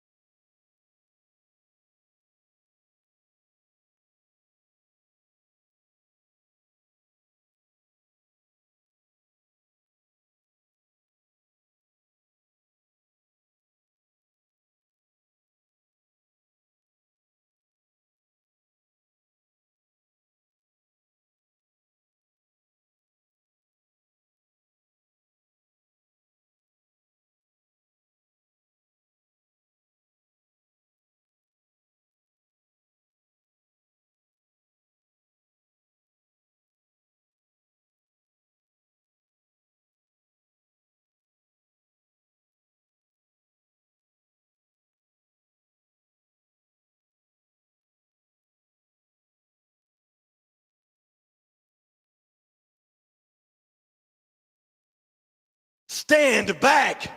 There's a hurricane coming through. Paul Kuharsky from paulkuharsky.com with us for the next hour, talking all things Tennessee Titans. We'll take your questions for PK on our text line, driven by WilsonCountyHyundai.com. 615-737-1025 is our phone number. PK, we spent a lot of time last week talking about the offensive line and about what expectations should be for that offensive line as they hit the ground running heading into the season. Well, one thing that could throw a potential wrench in that is the status of Lloyd Kushenberry. Obviously coming off the Achilles tear. That's a significant injury for anyone, no matter who suffers it. And now you're talking about an offensive lineman, a bigger guy out there that's trying to battle back and get out there through this. So you have a piece at paulkuharsky.com that's really interesting in terms of the timeline, whether or not Kushenberry can be ready, the different examples that you use in this piece about other players that have suffered this injury, and the different outcomes with those guys as well. So what do you make of kind of what you found here in studying the Achilles tear and what this could mean for Lloyd Kushenberry and either his availability early on or certainly his effectiveness coming back from the injury? Well, 10 months is the average return time. Opening day would be almost 10 months on the dot for Lloyd Kushenberry. So, I don't think you put him out there on the anniversary or the exact 10-month return date, right? You'd want him to be working for a couple weeks before that. So you'd need him to be on a timetable ahead of the average, which is totally possible. We'll be out there today. He's not going to be participating in this stuff for sure, but maybe he'll be doing some running on the side or whatever, which is, really off the record. I found 3 offensive linemen who'd been through this. Patriots first round pick Isaiah Wynn, who did it in 2018. He was on the field 1 year and 3 weeks later. Some of these guys, do it early enough in the season that their timetable isn't bad. His second game back, he suffered another injury, a turf toe, and he's been an injury-prone player over 6 seasons with New England and Miami, and he's a free agent now. Brandon Brooks was the best of the offensive linemen to suffer this. He suffered it twice. So he tore it in January of 2019 in a divisional round playoff loss, and he was back in under 8 months starting in the 2019 season opener. So he's an encouraging timeline. Yep. Then he tore his other then he tore it again in June of 2020, didn't return for 15 months. And he was kind of done after that. Elijah Vera Tucker of the Jets tore it October 8th in 2023, and he was back for week 1. He had 11 months to make it back. How good these guys were as soon as they were back, it's hard to rate, but it's really a positive development. It's an offensive lineman and not a skill player. Offensive linemen don't have to do the cutting and the running and the stop and start stuff that skill players do. There's a guy named Tom Christ who writes for Fantasy Injury Team and has some medical background. And he wrote an undated piece that said the research tells us that only 30% of NFL players who tear an Achilles are able to return to their professional careers all the way. And that is predominantly skill players. Kevin Dyson, who had some injury problems here, terrible knee injury and a hamstring injury during his Titans career. He was coming off that hamstring injury when he went to Carolina in 2003, tore his Achilles in summer practice. He made it back for only 1 game with Carolina, and his career was over there. And in a classic line that somebody pointed out, I wrote, I exchanged texts with Christ to delve into this difference. And people were very impressed with my sourcing. People were very impressed with my sourcing, Joe. Yeah, that's something that I was going to make a silly joke. I won't do it. So I hear what you're saying about the cutting and all that stuff, but I also, you think about getting into a pass set and you think about your Achilles, you think about getting into a pass set as an offensive lineman, it still seems like that's an awful lot of strain. So 2 questions for you, PK. One is, obviously the Titans have to be ready with a alternative offensive line without him, right? Like you have to be prepared for the timeline to be longer than you hope and all that stuff, right? So how do you think that looks? How effective that can that be? And then also, I mean, how good is Kushenberry? How good was he before he got hurt last year? I guess, I think it's hard to tell because there were other parts of the offensive line that were so bad.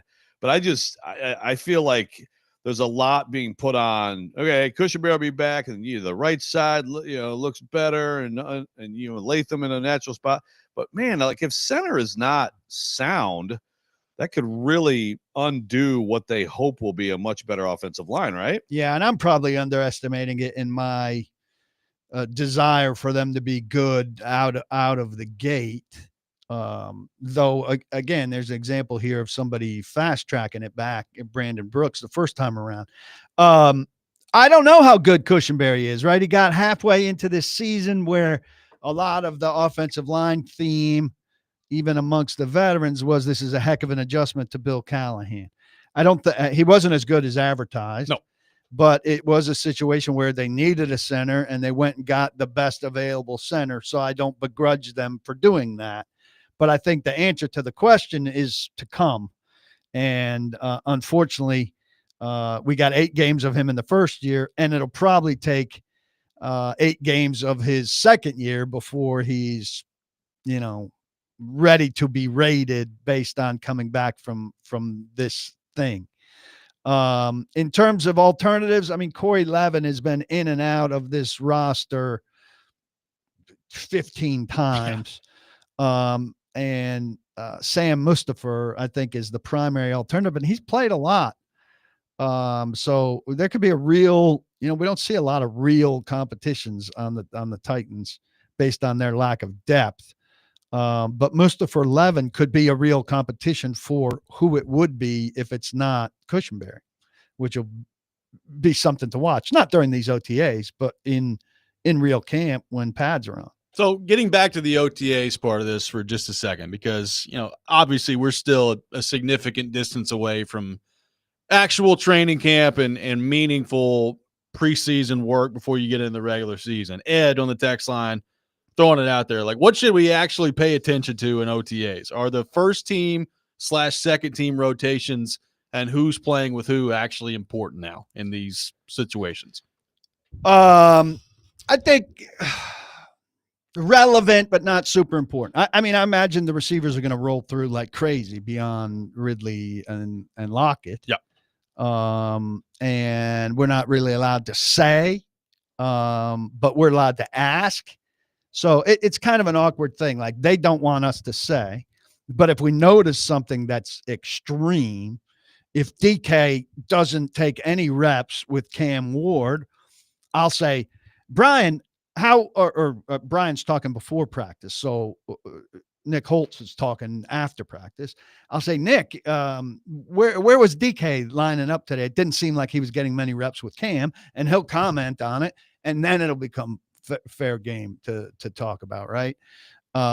So collectively we'll have enough eyes on it to see stuff like that and make adjustments in what we think for a week.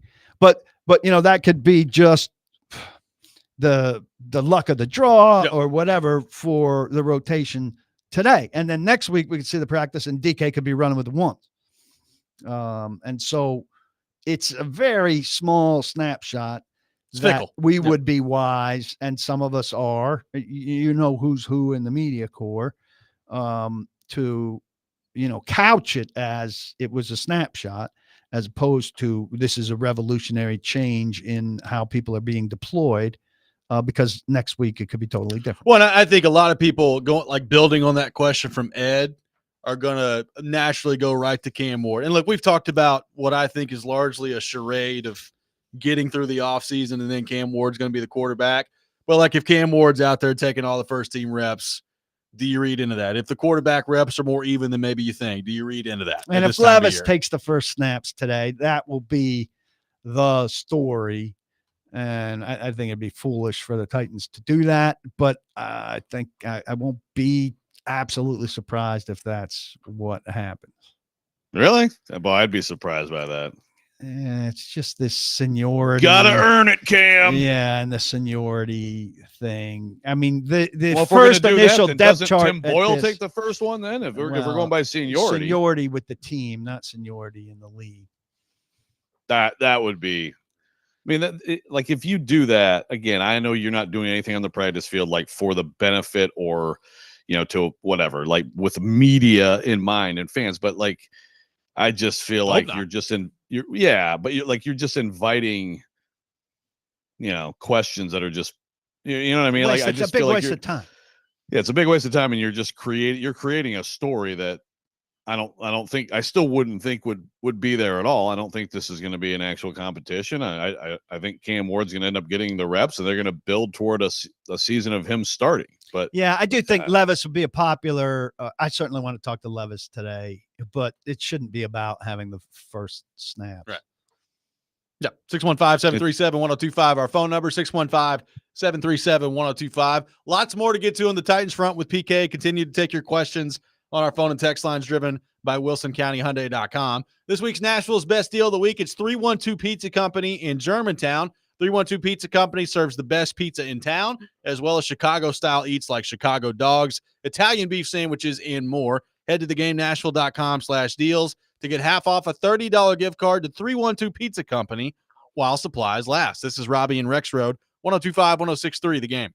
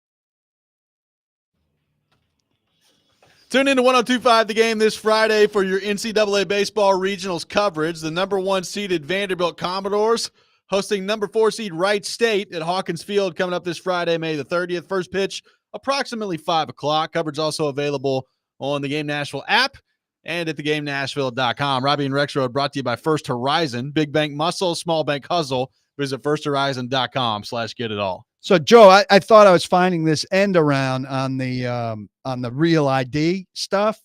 Like, I submitted my documents online, which I thought, would accelerate the process. And I got an email back last night that said, like, my documents have been approved. And I looked at the fine print and everything, and it basically says, like, yes, bring these 4 documents and you'll be fine. What a great layer they've added to this process.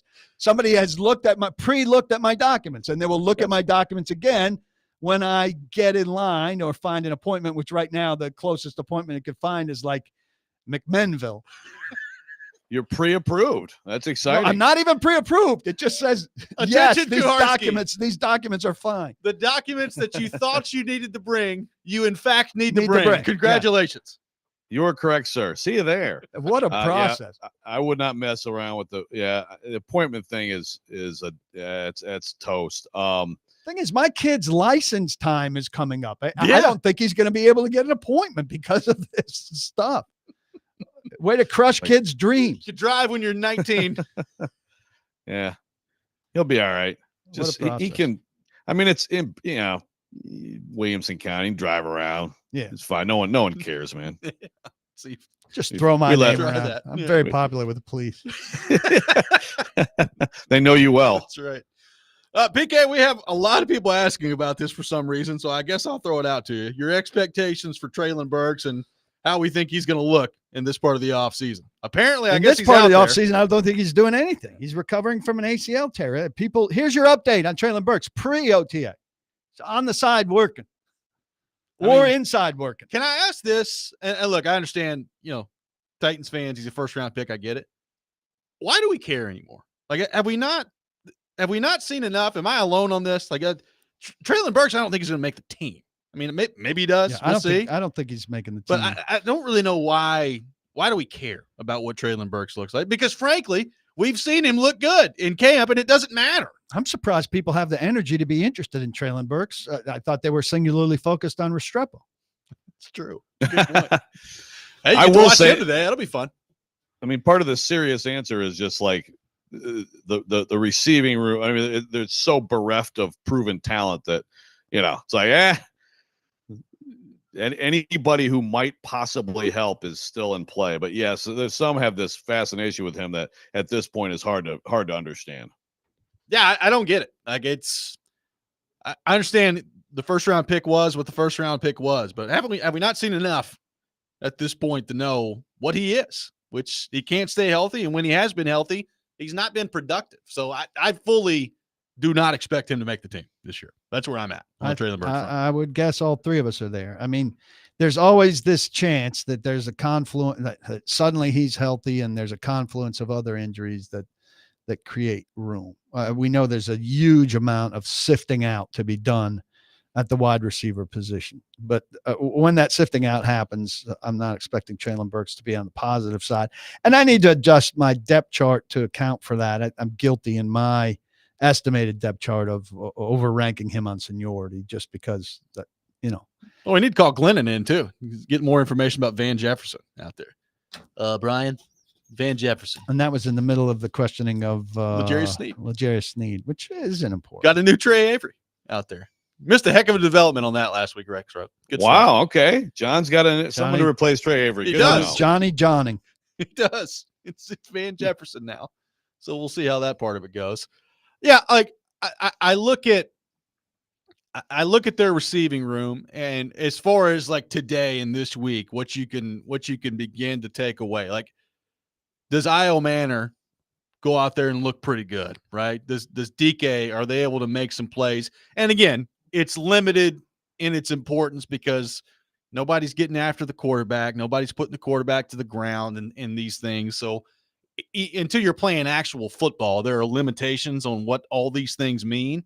But it would be nice if one of the takeaways that you had with a measured degree of reality dosed in there is you walk away from this feeling pretty good about what either an Io Manor or a DK may be able to add to you immediately this year. Like they need, I know that they're 4th round picks, so it's not like they've spent significant draft picks on those guys, but they need one of those guys to be able to help them immediately based on where their receiving room currently is. Yeah, and sights largely unseen. I would bet on Io Manor. I would agree. But, we start to see it more today. There's also, that X position wide open, and Io Manor, I think, fits it. So, Restrepo, I know that you've said he's not making the team, although you have him as a 28% chance of making the team, which according to your math doesn't work. Yeah, we've covered all this. Yeah, well, I understand, but now you're going to get to see him with the veterans. Are you interested to see how he looks? You get the rookie camp, you get guys who really there's just no comparative, there's just nothing to compare him to for the most part, right? Although there were the other rookie receivers. But how do you think he fares, in this setting? Well, I think, we'll get context on the speed. One guy that I've heard that has done very well for himself so far, which is not a good thing for Restrepo, is James Prochet, who, there's not going to be a lot of room for him as a receiver. But if he wins the return job, yep, he is your 7th receiver conceivably, and that would eliminate the possibility of Restrepo. So Prochet versus DK, in terms of return man, is a big thing there. Now, I think, the Prochet thing, it's not easy, but a guy like that tends to shine early in OTAs, I think, generally speaking. So that's a guy worth having an eye on. So let me ask you this, because I still think there's a thought out there that we could see some movement with Will Levis by the time the season comes around and he may not be on the roster, which I think is a very real possibility. Let's say that he's not. Let's say that he's here and either they're not able to come to a deal, or they just want him here and they want to continue to develop him as they move forward here. How much of a competition do you think there is for backup quarterback? Because I hear Brian Callahan talk about Brandon Allen, and he really likes him. Like, obviously he's been around him, and there's a level of comfort there, I think, that he's got. And he talked earlier this offseason about how Brandon Allen's a way better quarterback than people give him credit for. So do you think that there's a scenario where Levis is here and he's still not even the backup quarterback? Like that to me speaks even further to moving on and getting him off the roster. But is that a conceivable scenario for the Titans? I can't see them carrying 3. It's just it's inefficient roster management because that third guy has little to do during the practice week, and B is so rarely called on. So you have a third one on the practice squad that you could get to. That's not going to be Will Levis or Brandon Allen. Here's my thing about backup quarterbacks. I think a veteran with minimal ceiling, just if you get to a place where you're putting him in for a stretch, if your guy's down for 3 or 4 games, you just know that it's not going to be good. And so I generally have come to favor a younger guy with more upside. Like maybe something big happens here and, the guy could give you a dud game, and we know that's completely possible with Will Levis. But we also know he's and I understand that these things have been far removed, that he can throw for 4 touchdowns and that he could lead a big comeback. And he's worked with Jordan Palmer, and we're going to see how some of this stuff translates to what he does now and who he is now and all of that. But I I don't get Brandon Allen. Like Brandon Allen is, he'll come in relief and give you a very safe effort, and your run game and your defense will win. But see, a lot of people would say that's exactly what QB2 should be. It should not be this, who knows what you'll get with this performance from this young, gunslinger. I mean, if you have, I guess it kind of depends on if you have a solid team or not. But if you have a solid team that can play some D and run the ball, then you want the safe game manager QB2 lifelong clipboard holder to not screw it up. I think that in maybe the relief situation. But do you think that the Titans, with very safe quarterback play, are gonna win 2 out of 4? No. Do you think they're going to, with the same team with Will Levis, are going to win 2 out of 4? I think they have a better chance. I'll take the Levis option over the Allen option, is what I'm saying. That's a little bit of a hot take, Robbie. There's a little bit of smoke coming off this take. A little bit. Like, this is why it continues to boggle my mind that he's still here, and I think that he won't be by the time the season comes around, just because, as you laid out, it makes no sense to carry 3 quarterbacks, and I don't think that that's ultimately going to be the route they go here. I don't love the idea of the backup quarterback turning the ball over at the rate Will Levis turns the ball over, but, I mean, frankly, like, you look at Brandon Allen's got a 56.7 completion percentage in his career. And he's thrown 11 touchdowns and 8 interceptions. So looking at him as some big, safe guy who's going to come in and manage a game for you, I don't know where that comes from. I look, I'm not saying he's good. What I am saying is that the wild swings with Levis, just for me, again, all of this stuff I get back to, do I have a solid team? And at this point, I don't think they do. So it probably doesn't matter. But, the reason I'd move on from Levis is because I don't want the last guy as a distraction if he outplays Cam Ward for a while and all that stuff. But, I just like, you're right. He's not good, but you would think that he would at least maybe not do some of the things Levis has done to hurt the team. What I'm saying is I'm willing to look at Levis again to see if he's better than that. And that look comes in the preseason and camp. Yeah. And I understand that's not the best. That's not the same as being in the pressure of a game. But I still feel like there's upside there's good in Levis to be Star Warsy. Nice. We'll have more with PK coming up next. 615-737-1025, our phone number. 615-737-1025. Robby and Rexrode, 1025-1063, the game.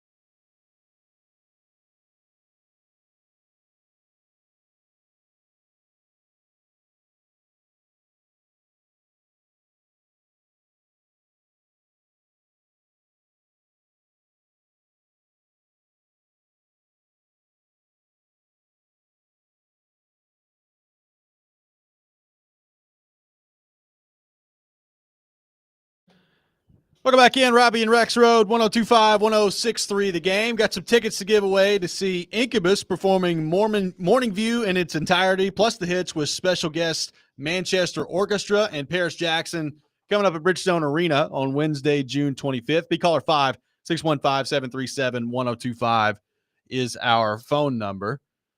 PK, you brought up John Fossil earlier, the special teams coordinator for the Titans. We know how much of an absolute disaster special teams was for the Titans last year. So beyond some changes they made at the end of the season personnel-wise that we talked about that ended up working out better for them, what are you most interested to hear about Fossil, his philosophy, and trying to drastically improve that part of the game that when things are going well there, you probably don't notice it all that much, but man, when they're not, you notice it a lot like we did with the Titans last year.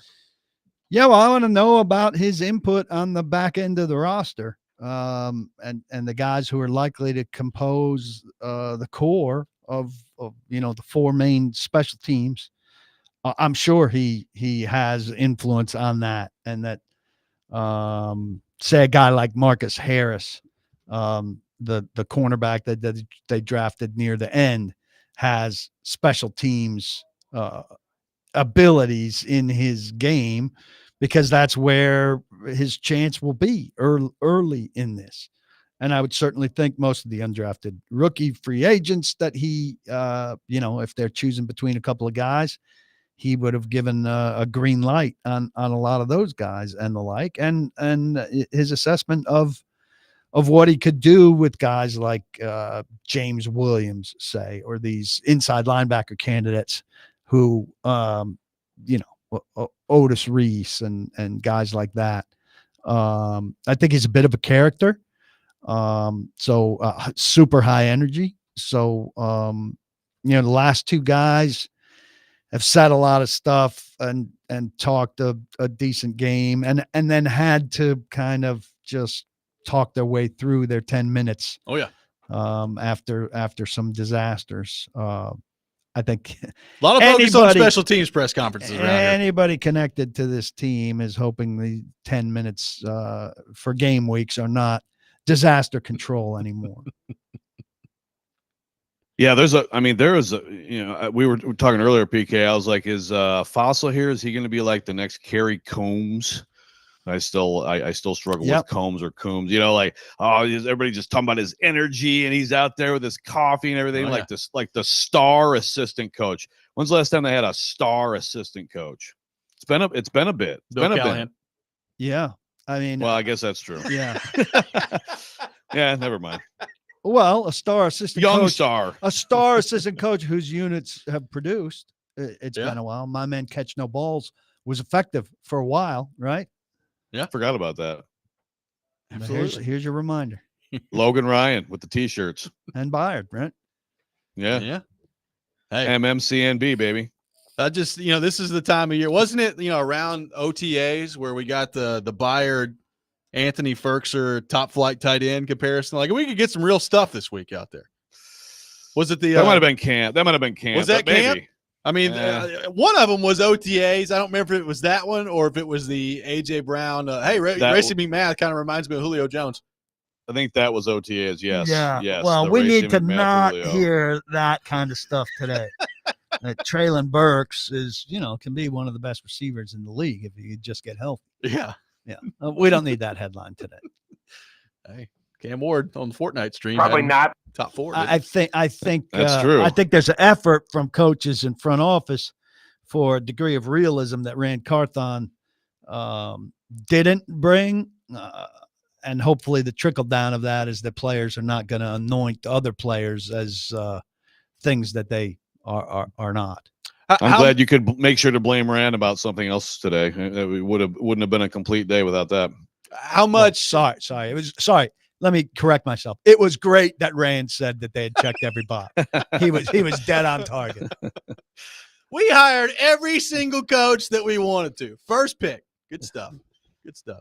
How much? All the other GMs are mad about all of our picks. Did you know that? I heard that. Furious. How much can you kind of get a sense of Cam Ward? And, we talked a lot last week about leadership. He's around the veteran players now.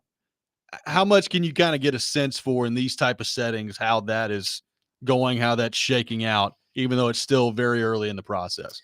Nobody's going to say anything about him not leading. I mean, you draft a quarterback number one, you drop him in the huddle.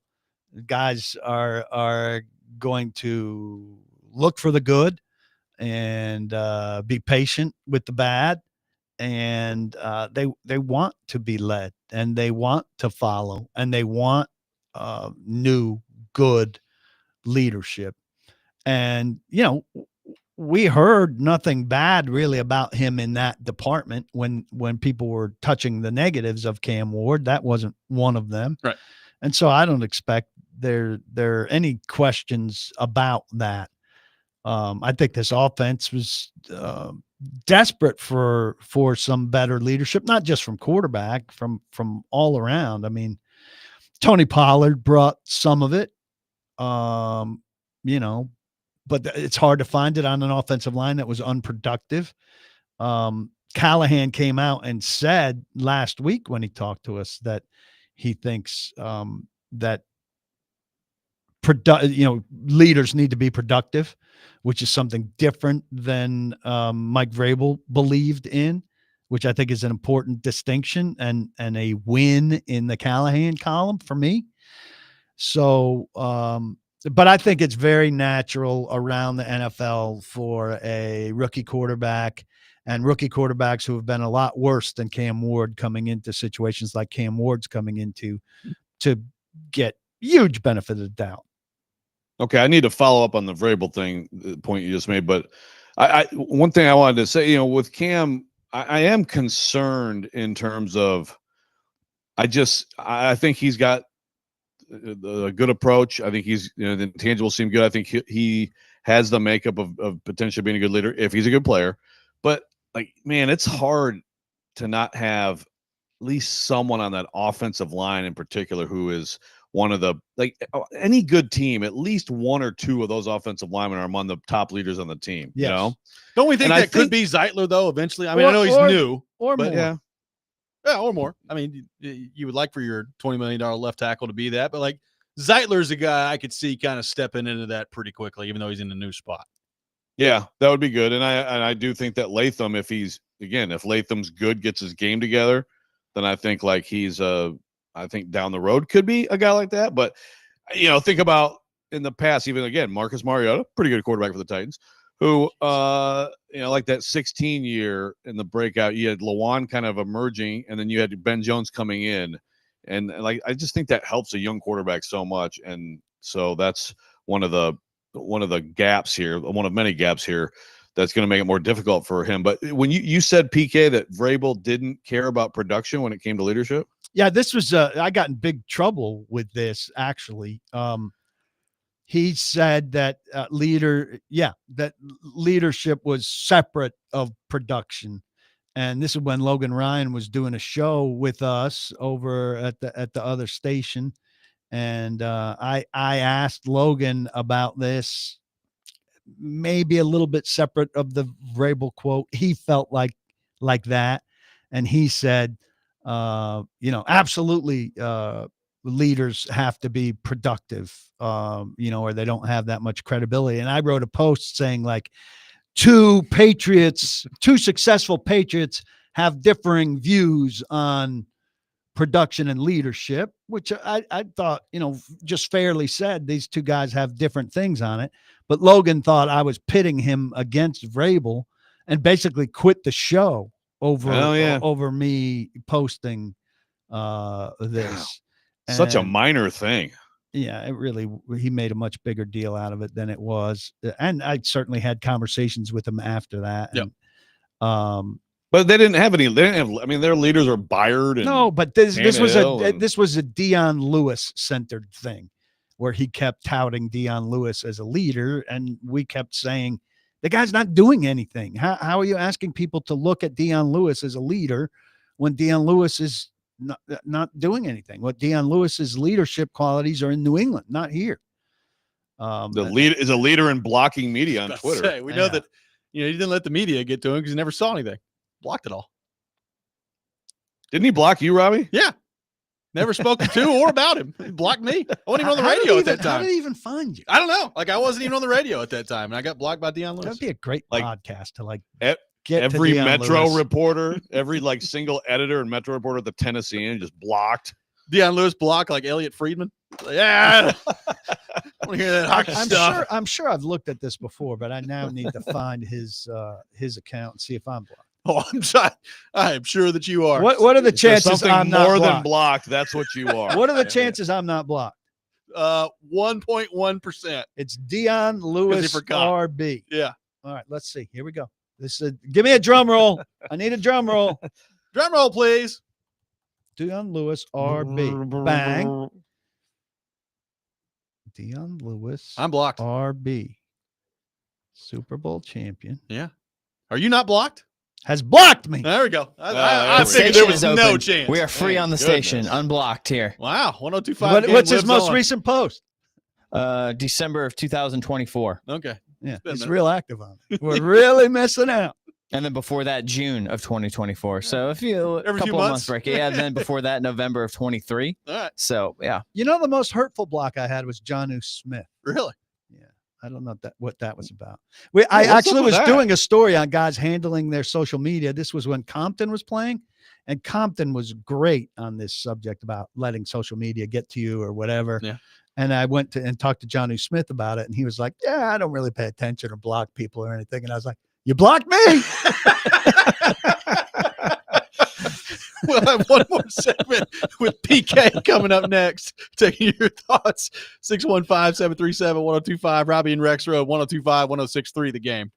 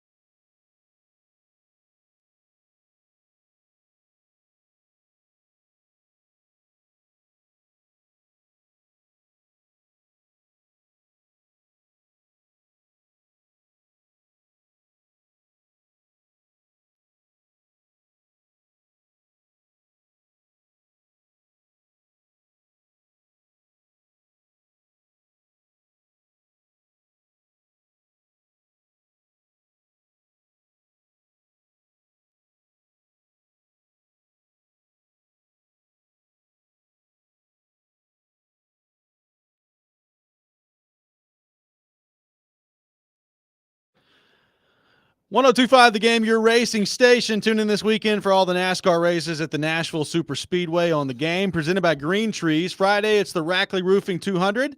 Saturday, the Tennessee Lottery 250. And Sunday, the Cracker Barrel 400 starting at 6 o'clock. Coverage also available on the Game Nashville app and at theGameNashville.com. Green Trees Company, a family-owned cannabis company and dispensary located in Hendersonville and a new location in West Nashville, available online at greentreescompany.com. PK with us for one more segment, taking your thoughts on our phone and text lines driven by WilsonCountyHyundai.com, 615-737-1025. People asking if you're excited about Chelsea's final today. I am. I don't know where it is on TV and the potential for me to tape it. So I'm a little disappointed in that. These more obscure tournaments, harder to find sometimes, but they should win it handily. I'll be disappointed if they don't. I'm still upset with you that your Yankees let me down in weekend winners the other night, choking and losing to the Rockies. That was a bad Friday night for New York. You and I and Agreeable Ian hit on it. Knicks losing and Yankees losing to the god-awful Rockies. They took care of the other two, but you need to sweep them. Yeah. So the Rockies are what, 9-44 now? Is that what they are? Somewhere around there. So good bad. stuff. Good stuff. On Guess who has the best record in the American League? Yeah. Check those standings. And guess who looks at the May 28th standings and thinks that that's crowning something. Tigers fans. Yep. Proud of it. Congratulations. Thank you. Send me a picture of the trophy. I will. Please I'm making one right now. Please do. In my hotel room. Oh, yeah? There you go. Do you think L'Jarius Sneed with this water bottle says anything at all today about the situation that he currently finds himself in? No, I think both he and Simmons, if he's there, will be no commenting their legal situations. Okay. So what else beyond the legal situation would you like to hear from L'Jarius Sneed today? I'm interested if he goes into any detail whatsoever about his injury, where he's at, and kind of the management plan that's that what they you got want, moving forward. The health issue. I'm more interested. I mean, I understand that the quad, the knee is a management issue. Yes. That's not a surprise. They knew that when they traded for him. They said it. What's the status of the quad? Right. And that's the most interesting thing to me. And is he out there doing anything, or is he an observer today? It doesn't matter on May 28th, but the quad. It's a quad. I thought it was a knee. See, it's both. It's both.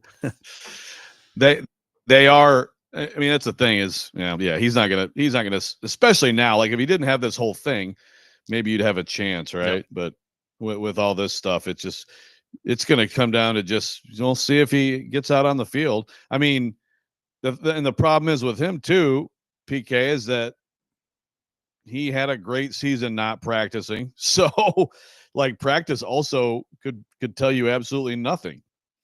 Well, he may be eager to get to the quad question because it'll be the first question after he's done not answering the legal questions. That's true. So we might actually get some quad information maybe. Although maybe you should lead with that. Yeah, maybe so. Lead with soften him up. Come in. What if Glennon leads with a Van Jefferson question? What's it like to cover Van Jefferson? You covered a lot of good receivers in your career. Where's Van Jefferson? And somebody will probably say that Van Jefferson, looks like Justin Jefferson. Well, maybe so. He's really got the potential to be Justin Jefferson. Yeah, By the time this thing gets going, you guys won't be able to tell the difference. And Traylon Burks is looking like one of the best receivers in the league. Really reminds He's looking me more of like George Jefferson. PK, thank you for being with us. Great stuff as always today. Don't block the box. Be sure to lock your locks. That's going to do it for us today here on the program. Chase and Big Joe is coming up next. Hope everybody has a wonderful rest of their day. You're listening to 102.5, 106.3 The Game.